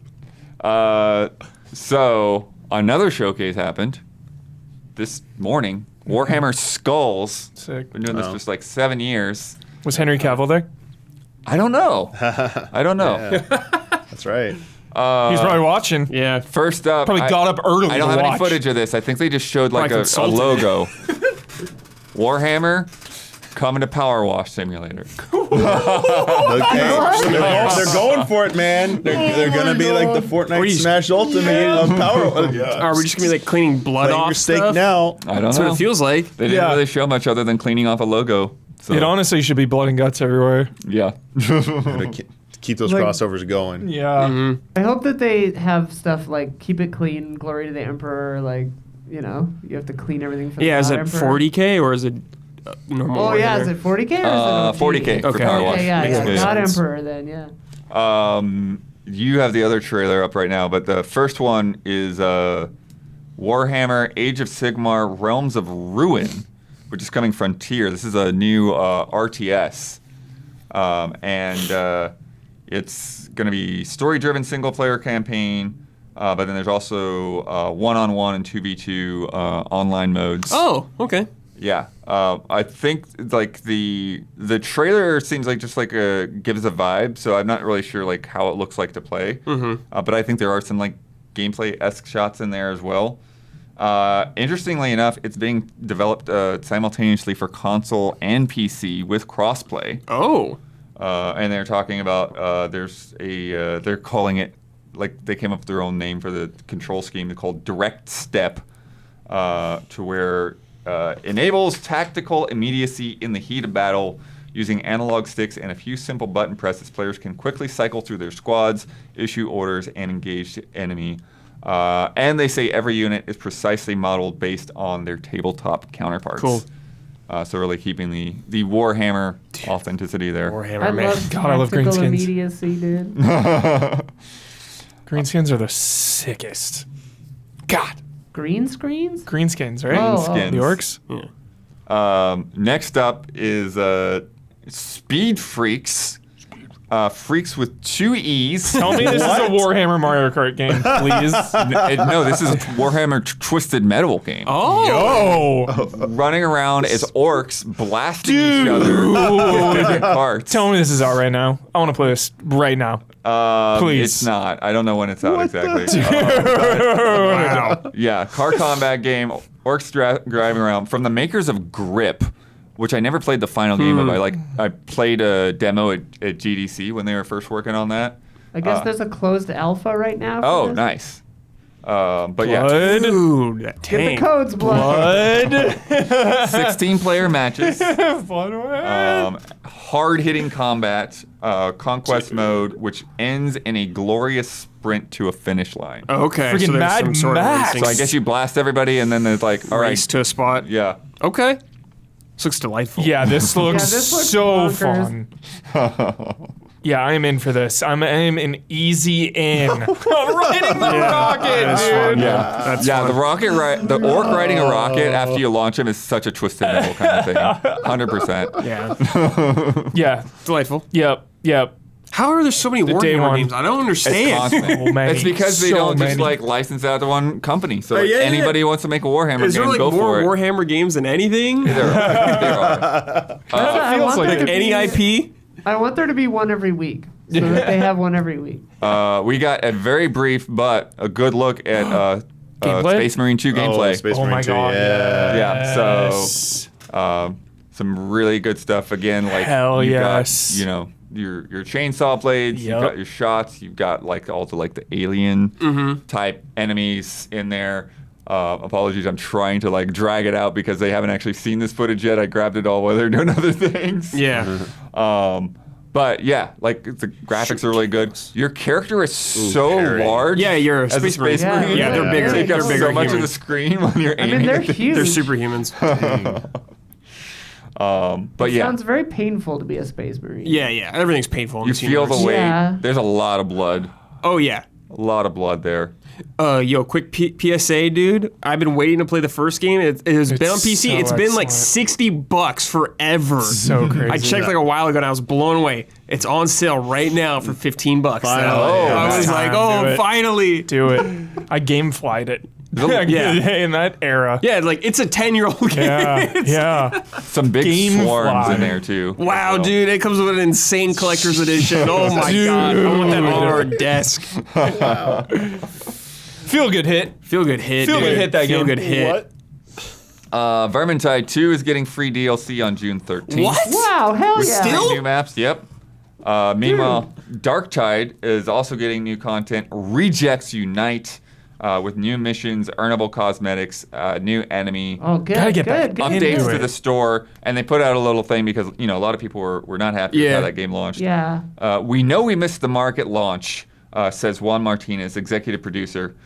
We acknowledged it, went through community feedback, and changed our approach to servicing the game. We're updating Darktide regularly and have released 2 content drops, 9 updates, and numerous hotfixes since Nice. launch. And we're not stopping. Yeah. Our latest drop, Rejects Unites, adds even more new content for everyone to sink their teeth into. I couldn't be prouder of what the team has achieved thus far. and there's more to come soon. Sick. Great. Dude, that's great to hear. I loved the feel of it. I really liked it. And then the progression, just the didn't feel like progression. it was there yet. It was kind of aimless. Yeah, so now and like understanding the not the character progression, but like level progression too. I was like, what's happening? I was Right. just going places. I don't know. In Vermintide, you felt like there was a flow. Yeah. So I'm really excited that they're still going on it because I love those games. Yeah, and I don't even think that is everything. They had like other updates to other Warhammer and stuff like that. But there's just some highlights. Yeah, didn't they just have like a boomer shooter come out too? Yeah, bolt gun. Bolt gun. Last week. The bolt gun just breaks the game. You don't even need anything in the game. Oh it's my just God. the bolt gun. Yeah. Just bolt gun. Bolt gun. I mean, it is called bolt gun. Yeah. So there you go. Yep. Yeah, but yeah, people seem to be digging it for sure. Yeah.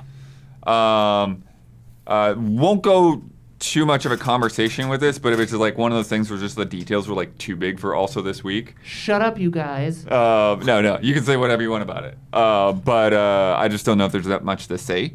But like Embracer, just like a big, huge deal, just fell through, and their like stock is tanked. So they had this partnership lined up. Flew too close to the sun. This company was gonna give them like $2 billion. Jeez. U.S. We don't know. Yeah. Over the course of like 6 years, funding development, like having them develop games and stuff like that. And they've been working on it since October. They've had hundreds of people working on this deal, had all the paperwork laid out. Everything was ready to go. Late the night before the investor briefing, the company's like, we're not doing it. Wow, Some dude. Succession level shit Succession, right there. dude. We're not doing it. And Session. And so, like, the CEO, like, he's got a presentation. Everything around this investor briefing it was supposed to be about this and his forecasts about all the cash flow this was going to bring in from before. And he's just like, the clips of him, like visibly just kind of like broken, of like Ben Affleck smoking a not cigarette. knowing like how to like Yeah. really answer things. Yeah, and going through Jesus. that. Not embraced. Yeah. Yeah.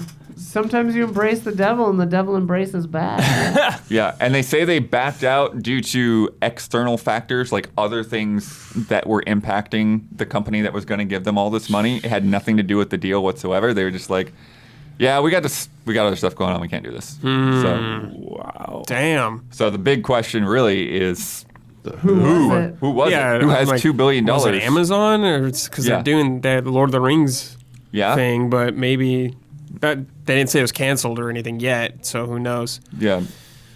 Amazon, NetEase, Saudi Netflix, Arabia, maybe they've been people getting saying in gaming. Sony could possibly. Yeah, it could have been Sony. Could have been or anyone. Microsoft, yeah. But they took, and the day after this, or within the day after this happened, they took a 45% hit on their stock. Yee. Yeah. Woof. Ouch. Yeah. Damn, maybe it's a good time to buy some Embracer stock. Nah, Embrace, dude. Don't count them out just yet. Yeah. No, I mean, he said even though, like, you know, he was, like, obviously very down, you know, it's like, well, we lost this one, but, you know, well, you know, we've got more deals. There's more to work on, you know, embrace. we'll do, yeah. There's always another deal. Yeah. and in the good news for the company, Dead Island 2 sold well over 2 million copies. It's wild. PlayOn's biggest launch in history in both units and revenue in 7 days. More than 1 million sold just during the opening weekend. That's good. They needed that after Saints Row. Yeah. That whole disaster. Wow, yeah, their stock went from 41 to 20, basically. It's Jeez. crazy. Also this week, Marvelous also had a showcase today where they announced several new games, including a new Story of Seasons title, Rune Factory spin-off known as Project Dragon, which actually looks pretty good. Looks kind of like maybe like their take on like the Genshin or Breath of the Wild kind of art style. And then I would not expect this, but Demon Ex Machina Titanic Scion. So we got a Yes. sequel Come to again? that game. Come again? Demon Ex Machina, you remember that? Yeah. Originally a Switch game, and then they put it on PC. Yeah, what is the Titanic? What? It's a sequel. It's a sequel. Oh. Yeah. Okay. They just had a teaser at the very end. The last thing they showed was a teaser for this Pretty game. unexpected. Yeah. Seems like to Yeah. me. Yeah. Haven't And heard then about it in a while. Rune Factory 6 is also in development. Yeah. Always okay. Rune Factory. Not as surprising. Nintendo of Japan has announced that it will soon stop offering repairs for the Wii U. Since the console is now over 10 years old and Nintendo's warranty period has passed, the company said on Tuesday it will now only repair consoles until its current parts stock runs out. If they run out of parts, no more repairs. If you're considering repairing the Wii U console or get it peripherals, in. please apply as soon as possible. Yes. Thankfully, mine were repaired Yeah. just a couple years back. All right. Yeah, My I gamepad got a dies new really fast. gamepad like 2 years ago. Yeah, I bought a new Wii U gamepad. Nice. Yeah. Yeah. Mine sucks. An updated FAQ on the remake for Prince of Persia: The Sands of Time Oh boy, here we go. describes its status as being in the early conception Oh my. phase. Oh, As Ubisoft Montreal is building the team, developing prototypes, etc. So it sounds like whatever's Whatever's going on at that other before studio was got scrapped. Bad. Yeah. It's in India, I think it was. Yeah. Yeah. Wow. Yeah. Okay. Wow. Woof. Time to head into Blue Point. Yeah. Roll this ridiculous thing. Will Smith is going to be in Undawn, which is a mobile open world survival game coming out next month from the makers of PUBG Mobile. During their daring adventure, players will encounter legendary survivor Trey Jones, played by global movie star Will Smith. Trey will act as a guide to help other survivors navigate the world 4 years after a global disaster. Hey, viral marketing for I Am Legend too. I was just thinking. Yeah, that's why I think like it felt like that kind of tie. But the weird thing is the trailer, he doesn't speak at all. Nope. That's cost more. Yeah, but it's if he's serving as like a That's I Am tutorial guy. Yeah, that is I Am Legend. That's I That Am just Legend. is I Am Legend. That shot is I Yeah, Am that Legend. is just it. Yeah. What? Hope he has a Feels like slap a- emote. Well, Lightspeed Yeah, Oh, I Studios. guess it like is a- on Steam too. But yeah, feels like a weird Lightspeed career move and after the, the Oscars. Is that the same? Probably got paid a lot. Good movies. I don't know. I thought they were movie studio. Maybe I'm thinking of something wrong. Lightstorm. That's Lightstorm. Lightstorm. Sorry. Yeah. Not Lightspeed. Lightstorm. got it. Like Storm. I wonder how much the. What's that? I wonder like how big that game is, like budget wise and stuff. Oh yeah, I mean, because you have to have a lot to throw at Will Smith to get him in there. Yeah. Level Infinite, so Well, hey man. Yeah. which is NetEase or Tencent. I forgot which one it is. Yeah, I it's don't one of the other remember. two. They got a lot of money. Got it. yeah, and mobile money. Yep. Mobile money. This week's developments in the Microsoft Activision Blizzard deal has been approved by China. That seems like a big one. And Microsoft has formally filed for appeal in the UK. And finally, Supermassive, makers of Until Dawn, The Quarry, and the Dark Pictures anthology, are working on a similar game set in the Dead by Daylight universe. Whoa. Genius collaboration. There you Yeah, go. that's a Truly good one. genius. Especially Yes. now that they got Nicolas Cage, bro.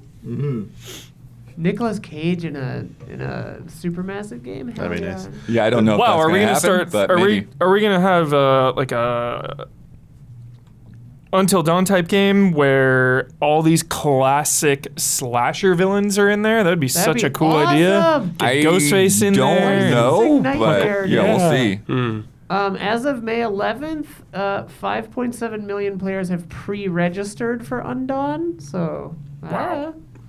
Wow. Mobile money. Oh, money. Mobile money. It's time for love and respect.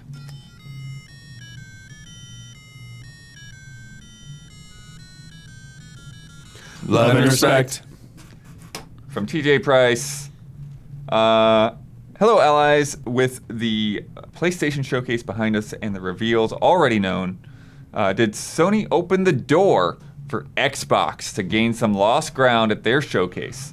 It feels like even though Sony had the year and a half to prepare for the showcase, most of the titles were live service or already known about in advance, with some notable exceptions. In addition, not many PS5 heavy hitters are arriving during the holiday season, except for Spider-Man.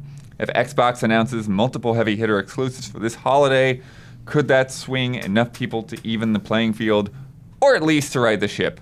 What would it take for you to declare Xbox the winner of the year? Love and respect from Denver.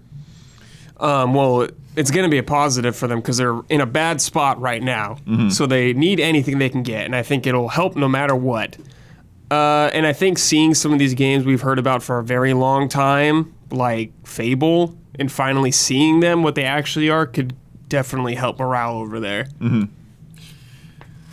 Yeah, I mean, it's gonna. I revere Spider-Man, the game. Like, I revere it. I think it's one of the greatest games ever made. I know I say that about everything all the time, but I really, in my heart, mean it. For all player, every type of player out there.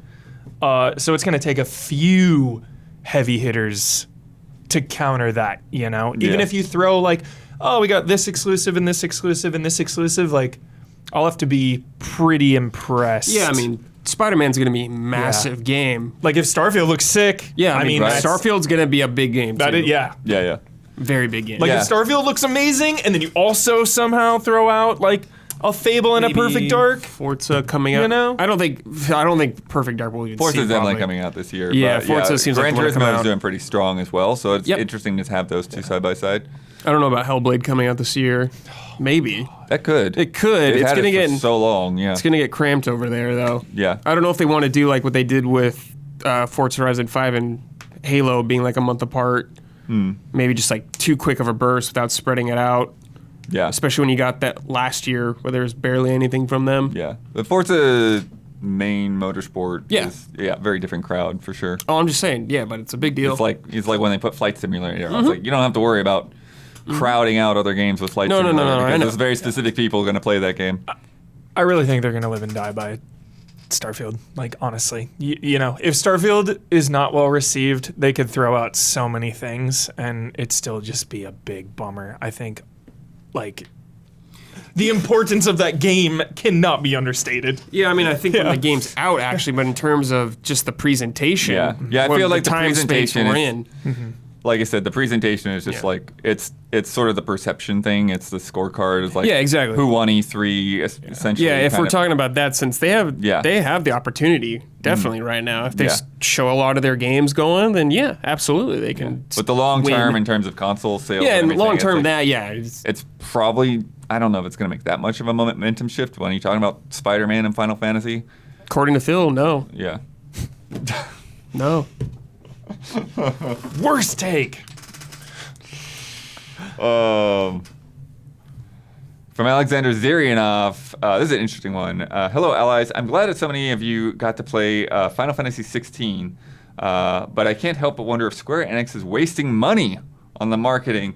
I mean, you could always say that any marketing is wasting money. Yes. Yes, you could. This is ethereal, philosophical direction, whatever.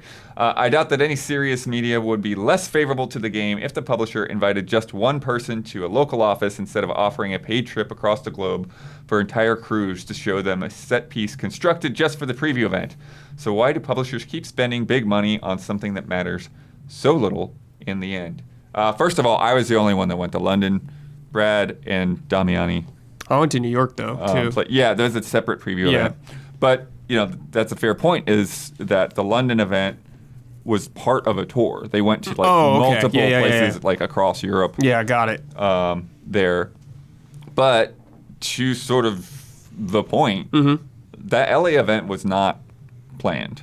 I'm pretty sure.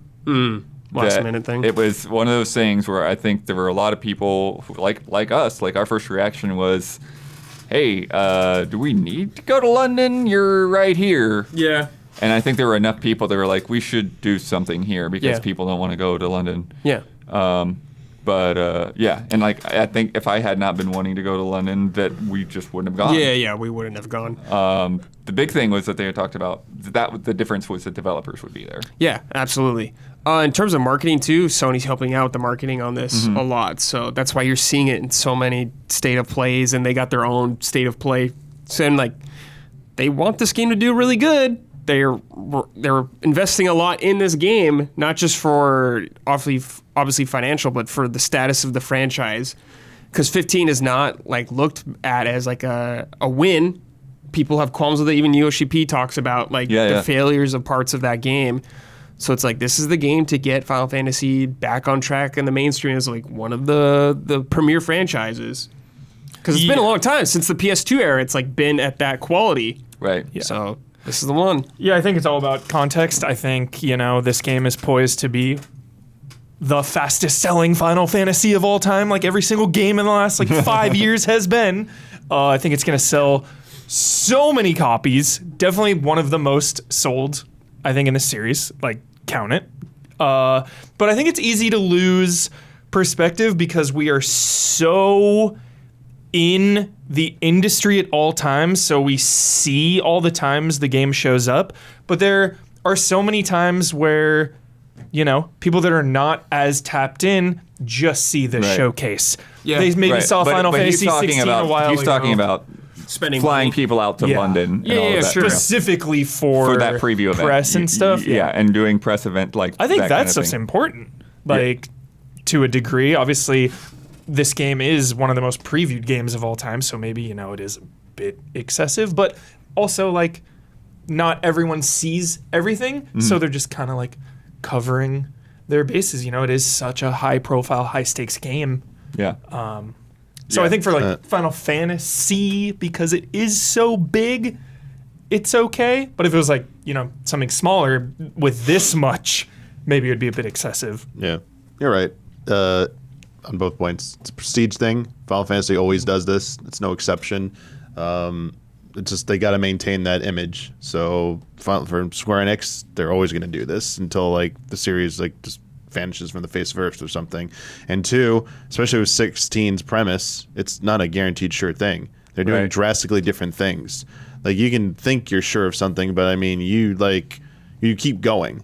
Like you don't stop until like you reach the goal line. So it's like foot on the gas for them with this. It's like another preview event where like we think we're gonna get a lot of big buzz. Do it. Like just keep doing it. Like they just don't like. You know, they'll take as many wins as they can get with this. So, keep it in the conversation. Because the nature of this game is it's not party driven. It's very action oriented, no turn based. Like it's got a lot of things that, you know, you still hear in the conversation from people saying, this isn't my Final Fantasy, blah, blah, blah, that type of thing. And it's like, sure, fine. So like they know there are people out there who are just disinterested and there's nothing they might be able to do except keep making it a big deal. Like maybe get people to hate play it. Maybe it's like so big that like, man, I don't want to miss out on the zeitgeist. Like this is what you have to do. I mean, and that's the business part of it. You don't care why someone plays it. You just care that you're increasing the chance of someone playing it. And this is, if you have the money to do it, this is how you do it. Yeah. Well, and also like corporate bullshit. Like if your marketing budget was X this year, you have to spend X plus X times 2 this year, or they're going to make it X minus 50% next year, you know? You just got to spend it to keep it. Yeah. Yeah, there's a couple other things in here that were interesting that I thought would be good to address. They talk, because he asked about like a set piece constructed just for the preview event. That's like something they might see at the launch party, but for the preview event, there wasn't like any kind of like big ostentatious thing. They mean like, the physical space. I thought they meant the demo. I was like, demo's definitely. Yeah, they're talking about like the physical, like an event space, which sometimes we do get those kinds of things. But I think, again, like you're saying, it's more of a launch party thing. This didn't really feel. Whereas with this, it's like, yes, being in the Tower of London is definitely like an expensive place to be. Extravagant. But it's like, it's setting up like that mood, right? Of like, you know, like this is kind of like what we're basing this world on. You know, and it's like, so here's like an authentic thing for you to be in. But like the actual like room where we played the game was like it was the least Tower of London room in the entire complex. Gotta get like power. it was just a pretty normal room. Yeah. Where we had a bunch of TVs set up and some like cardboard standees and stuff like that. You know? And also, playing like, it. if you're doing an event already in that area and you're paying the 50 grand, 100 grand for the event in that area, like, what's another $2,000 to fly someone from LA out to do the event too? You know, it's like nothing. Yeah, and I think that was part of it. Is like they wanted that to be like the global event. They wanted everybody that could come to that, and they had the cast there who were playing the game for the first time too. You know, so cool. And that's one of the other parts of this that I think needs to come up. Is it's like, yes, it's a marketing expense in a way and a preview and all of that, but like I think one of the reasons that publishers do this thing is like, yeah, you can justify it as a marketing expense, but it's also like you're celebrating all of the work that you've put into this game. You know, it's like, and they specifically talked about bringing, you know, these different developers who have been holed up in the Square Enix offices all this time out to interact. Yeah, it's fun with for them with too. the Just press being able to and talk the influencers and the fans. Totally. That part is always lost, I feel like, on just like the reactions to these. It's like, dude, the devs like getting to pick your brain. Like, tell me about what you thought about this thing that I was working on for a year and a half. Like, do you like how that works? Like, Yeah. those conversations are. And so that's why you awesome. saw different people at the New York event and then different people at the European tour. And then, I'm sure like the launch event will have all kinds of people at it as well. And so it's just, it's because they're trying to, get their team members out there, and be a part of that whole process, that interaction. They're treating it like a big deal. Yeah. Yeah, because they want it to be. Big deal. Yeah, big Feels deal. Big deal. so important. Yeah, it does. Yes. But I think, to the point though where we started is like, it has become less desirable over time to do these big events like Captivate back in the day. Like Capcom got so much criticism for like, why are you flying everybody out to Hawaii or to Monaco or to whatever just to like sit in hotel rooms and play video games? And so they have gotten more and more about just like simpler, either local or San Francisco. Yeah, didn't kind of you like events. fly to Tokyo one time just to watch 13 or something? yeah. It's like, at least we were playing the game, Yeah. Well, I could like, have. yo, I could have tried send to me an play the game, email. but it was only Japanese demos with Yeah. no translators, kind of. Yeah. Well, but like there's a thing in other industries, like in the finance industry or in the medical fields or whatever, where it's like you go to a conference for continuing education, or you go to like a con for whatever, and like they put it in Hawaii so that you get to go to Hawaii, and then you do classes during the day. But like that's the appeal, right? Like every other industry does that kind of shit. And it like seems extravagant and dumb, but like that's the kind of like way to get people to go and do it, is to like set it there. So it feels kind of a little bit like that too sometimes, where it's like just some weird corporate like mentality where it's like, oh, you get to go here, and it's like, okay, yeah, but what? Yeah, exactly. For us, we're just like, eh. Well, I mean, that was my experience with Captivate, which like, yeah, I got to go to Hawaii, and that was cool to be able to do that. But at the same time, like, I didn't have enough time to go in the water because my interviews like never gave me enough space to where I feel like I could get in the water and then feel like I would just feel like I was like, I got to get to an interview, and like, so. Yeah, I was in New York for less than 24 hours when I went. Yeah. So it's like, So you like as Got a you slice do it, of pizza. The more you do it, the more you learn to like take advantage of like every minute you can because you don't have a lot of extra time. Yeah. Let's play a game. This was fun. From the champ, Mortal Kombat versus Street Fighter. Friendly rivalry. Yeah. Are you excited for all these fighting games we're getting? yes. I sure am. I thought of a quick game. Is this move from Mortal Kombat 11 or Street Fighter 5? Oh crap. Didn't play really any of those. Yeah. Example, the Shoryuken is from Street Fighter, obviously. Optional, guess the character that uses the move. All move names are taken directly from the in-game command list. Some moves are basic attacks / command normals. Not all moves are special attacks. Got it. First up, the Justice Jab. Justice Jab. Sounds very Street Fighter. It also sounds like Johnny Cage, though. Who would have that in Street Fighter? I'm going to Guile? say Mortal Kombat, actually. I'll just say Street Fighter. Street Fighter. I'm going to say Cassie Cage. Ooh. Nailed it. That's a great guess. Nice. Good job. Hugo. Cassie Let's Cage. go. There you go. Let's go. Peacekeeper. Mortal Peacekeeper. Kombat. Aaron Black. Is that right? He does have a gun. That's true. Oh. Just a guess. Just a guess. Peacekeeper. Shit. Dude, I don't know. Street Fighter again. Sure. Street Fighter. Street again. Fighter Oh. Lucia. Oh, okay. Yeah. The Maleficent March. Tough. Is that Street Fighter? Or is that Yeah, I what's was her saying face? Street Fighter. Sure. Don't remember their name. Crap. Where you at, Brad? I don't know if I'm even right. Street Fighter. Always go Street Fighter. It's Mortal Kombat. Sindel. Sindel. Oh, Don. Yeah, that one nailed it. Don's not listening Yeah. today. This one could be easy. We'll see. Fantastic. Fantastic. Katana. Yeah. Okay. Yep. Otoko no Sanaka. That's got to be Street Is Fighter. that like a, yeah. Is that E Honda. is it like Something. Akuma? Yeah. Street Fighter Akira. Oh, Akira. Sick. Rival schools. Judgment of Anubis.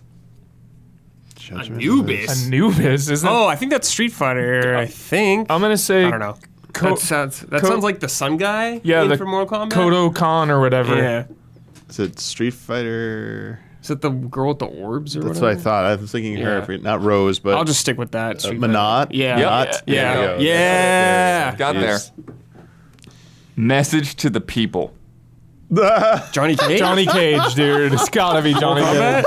Yeah. Mortal Kombat, I guess. Is that right? No. No! Who is it? I have is no it? idea. I lost it. Who was it? I thought it was it. Street Fighter G. Oh, gee. Oh, nice. Message to the people. Great game. This is great. Purple Pain. Purple Pain. Is Rain in Yeah. in MK11? I think it's DLC actually. yeah. DLC. Yeah. Good one. Bad Hammer.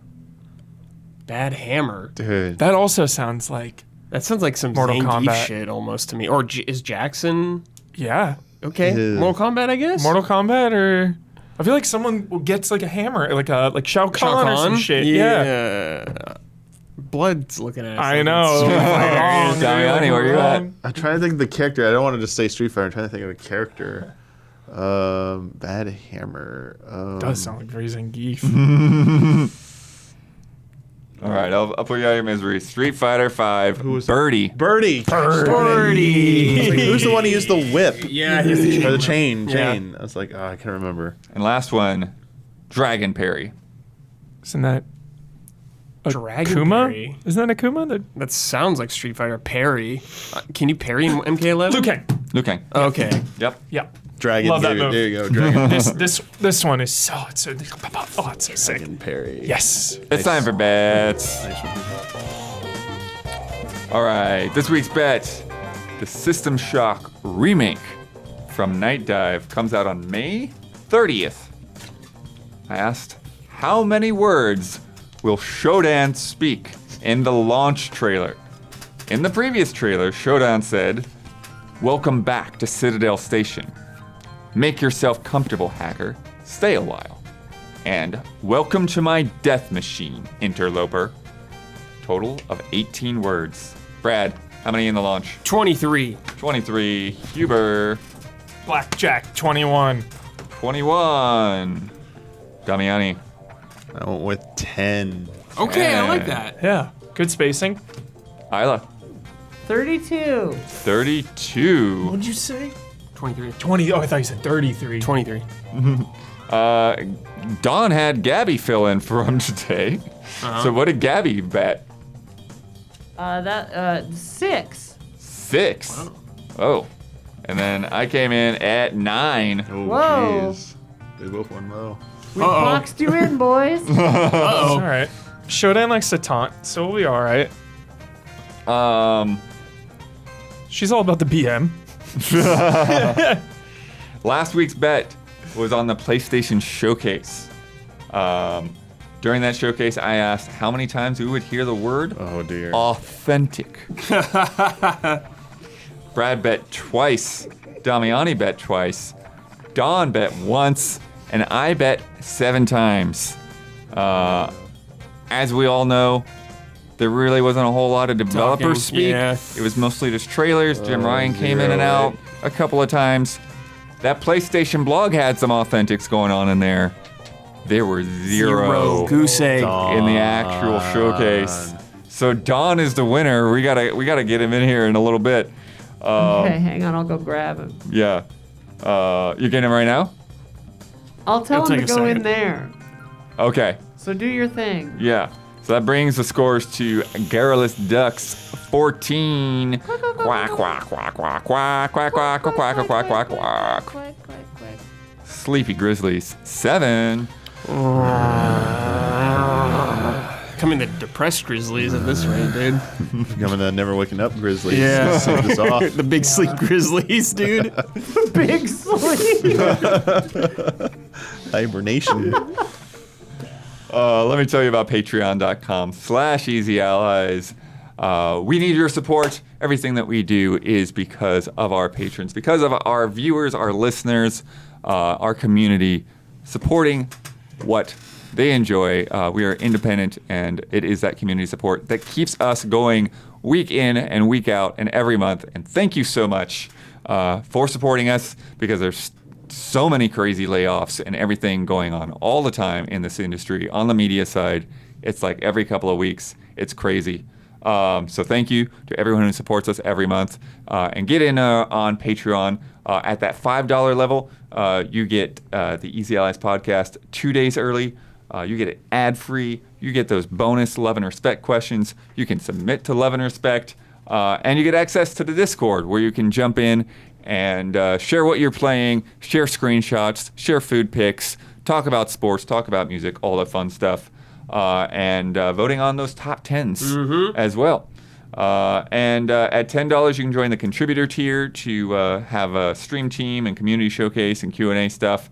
And then we've got our producer tiers, which this is the week that the producer tier gets their shout outs at the end of the month. And then every week, our platinum producers get a shout out on this podcast and our other podcasts. And this month's shout outs go to Jabawabs, Elthanis, and Greg, the Dark Knight Kettering. Shout out. Shout out. Don is here. Don, get over here on my mic. Outrider shirt, dude. Yeah. Hell yeah, let's squat up, dude. You won that bet. Let's so you get go. to promote any Easy Allies video you'd like to promote. Yo, what class are you Final rocking? word. And get your trademark sign off. Okay, I haven't been listening to the episode, so I'm going to pass off the final word. Okay. And the Pass off other to who? thoughts How are you gonna determine that? My squad mate, you, right, Bloodworth? You're on my squad. Yeah, he's on your Alright. squad. But I will promo a video.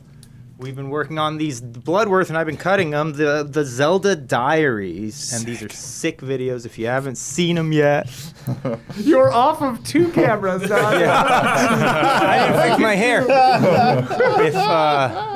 If that one came. If you haven't seen them yet, check out these Zelda Diaries. They're awesome.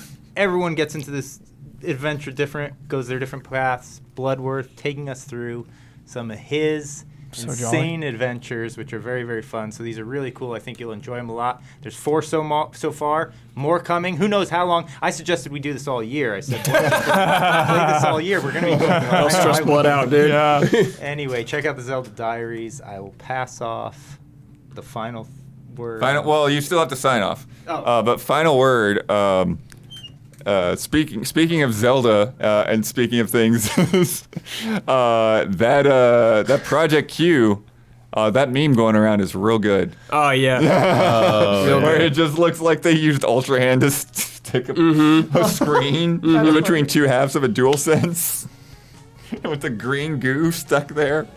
Because that is bizarre design. I don't know. That screen just does not look like it belongs on that controller. All right, Don, sign off. All right, brand new sign off. Until next time, squad up.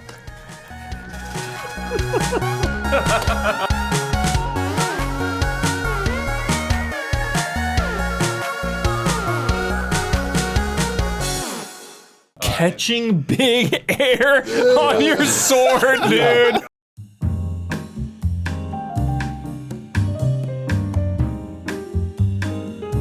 The Easy Allies would like to thank our Patreon podcast producers. We apologize in advance for all the ally names we are about to misspell and mispronounce. Jabawabs, Elthanis, Greg the Dark Knight Kettering, Bradley Spees, Forever Ender, Jay Shee, Jesper Popmel Dufay, Mellow Fellow, Rob Bob Will, Roy Sung, Stomps, 44 Stars, Alexander Zirianov, Anacroth, Andreas Risberg, Andri, Aurelien Grenier, Beaten Down Brian, Benjamin Arp, Brandon White, Brian Kruger, Colton Piccione, Daniel Martinek, Dark Archer SC, Dave Red, David Wilson, DBA, Dimitri Zetas, Discarded Digit, Douglas Chomich, DRD 7 of 14, Edward Gonzalez, Faraz Rizvi, Garrett Holfish, G11, Hayden Hargraves, Happy Gaming, Hesperus 84, Isaac Swanson, Jesse Blue, Jesus R., Chris Frederick, Kroldemort, Leif, Lister, Matthew Holcomb, Matthew Pauling, Miguel Rivas, Mo Grant, Mr. One Luigi, Nathan Watkins, Paul Sway, Pete Shoemaker, Ronka Q, Raylon, Raymond Wheeler III, Ritz 1906, Robert Stoffel, Sage Mode Q, Sam Handrick, Samsa Stormbaum, Sigma, S Snake 24, Stepan Hakobian, The Banana Forklift Killer, Chum Nguyen, Zio VGM, Zigazich, Anish Dorr, Aaron Haney, Accounts Payable, Adam Henry, Alex McMillan, Alex Monaco, Alex AI, Alexander Sheck, Andrew Reif, Anthony F., Anthony Galvin, Anthrioni, Antonio Coyne, Arthur Lau, Osteal, Austin, Barry Tomasini, Benjamin Miller, Blue, Bob Starling, Brian Foster, Bryce Hornsby, Bunny Chen, C.S. Lewis, Katie Garza, Carlos Delgado, Chief Uhu,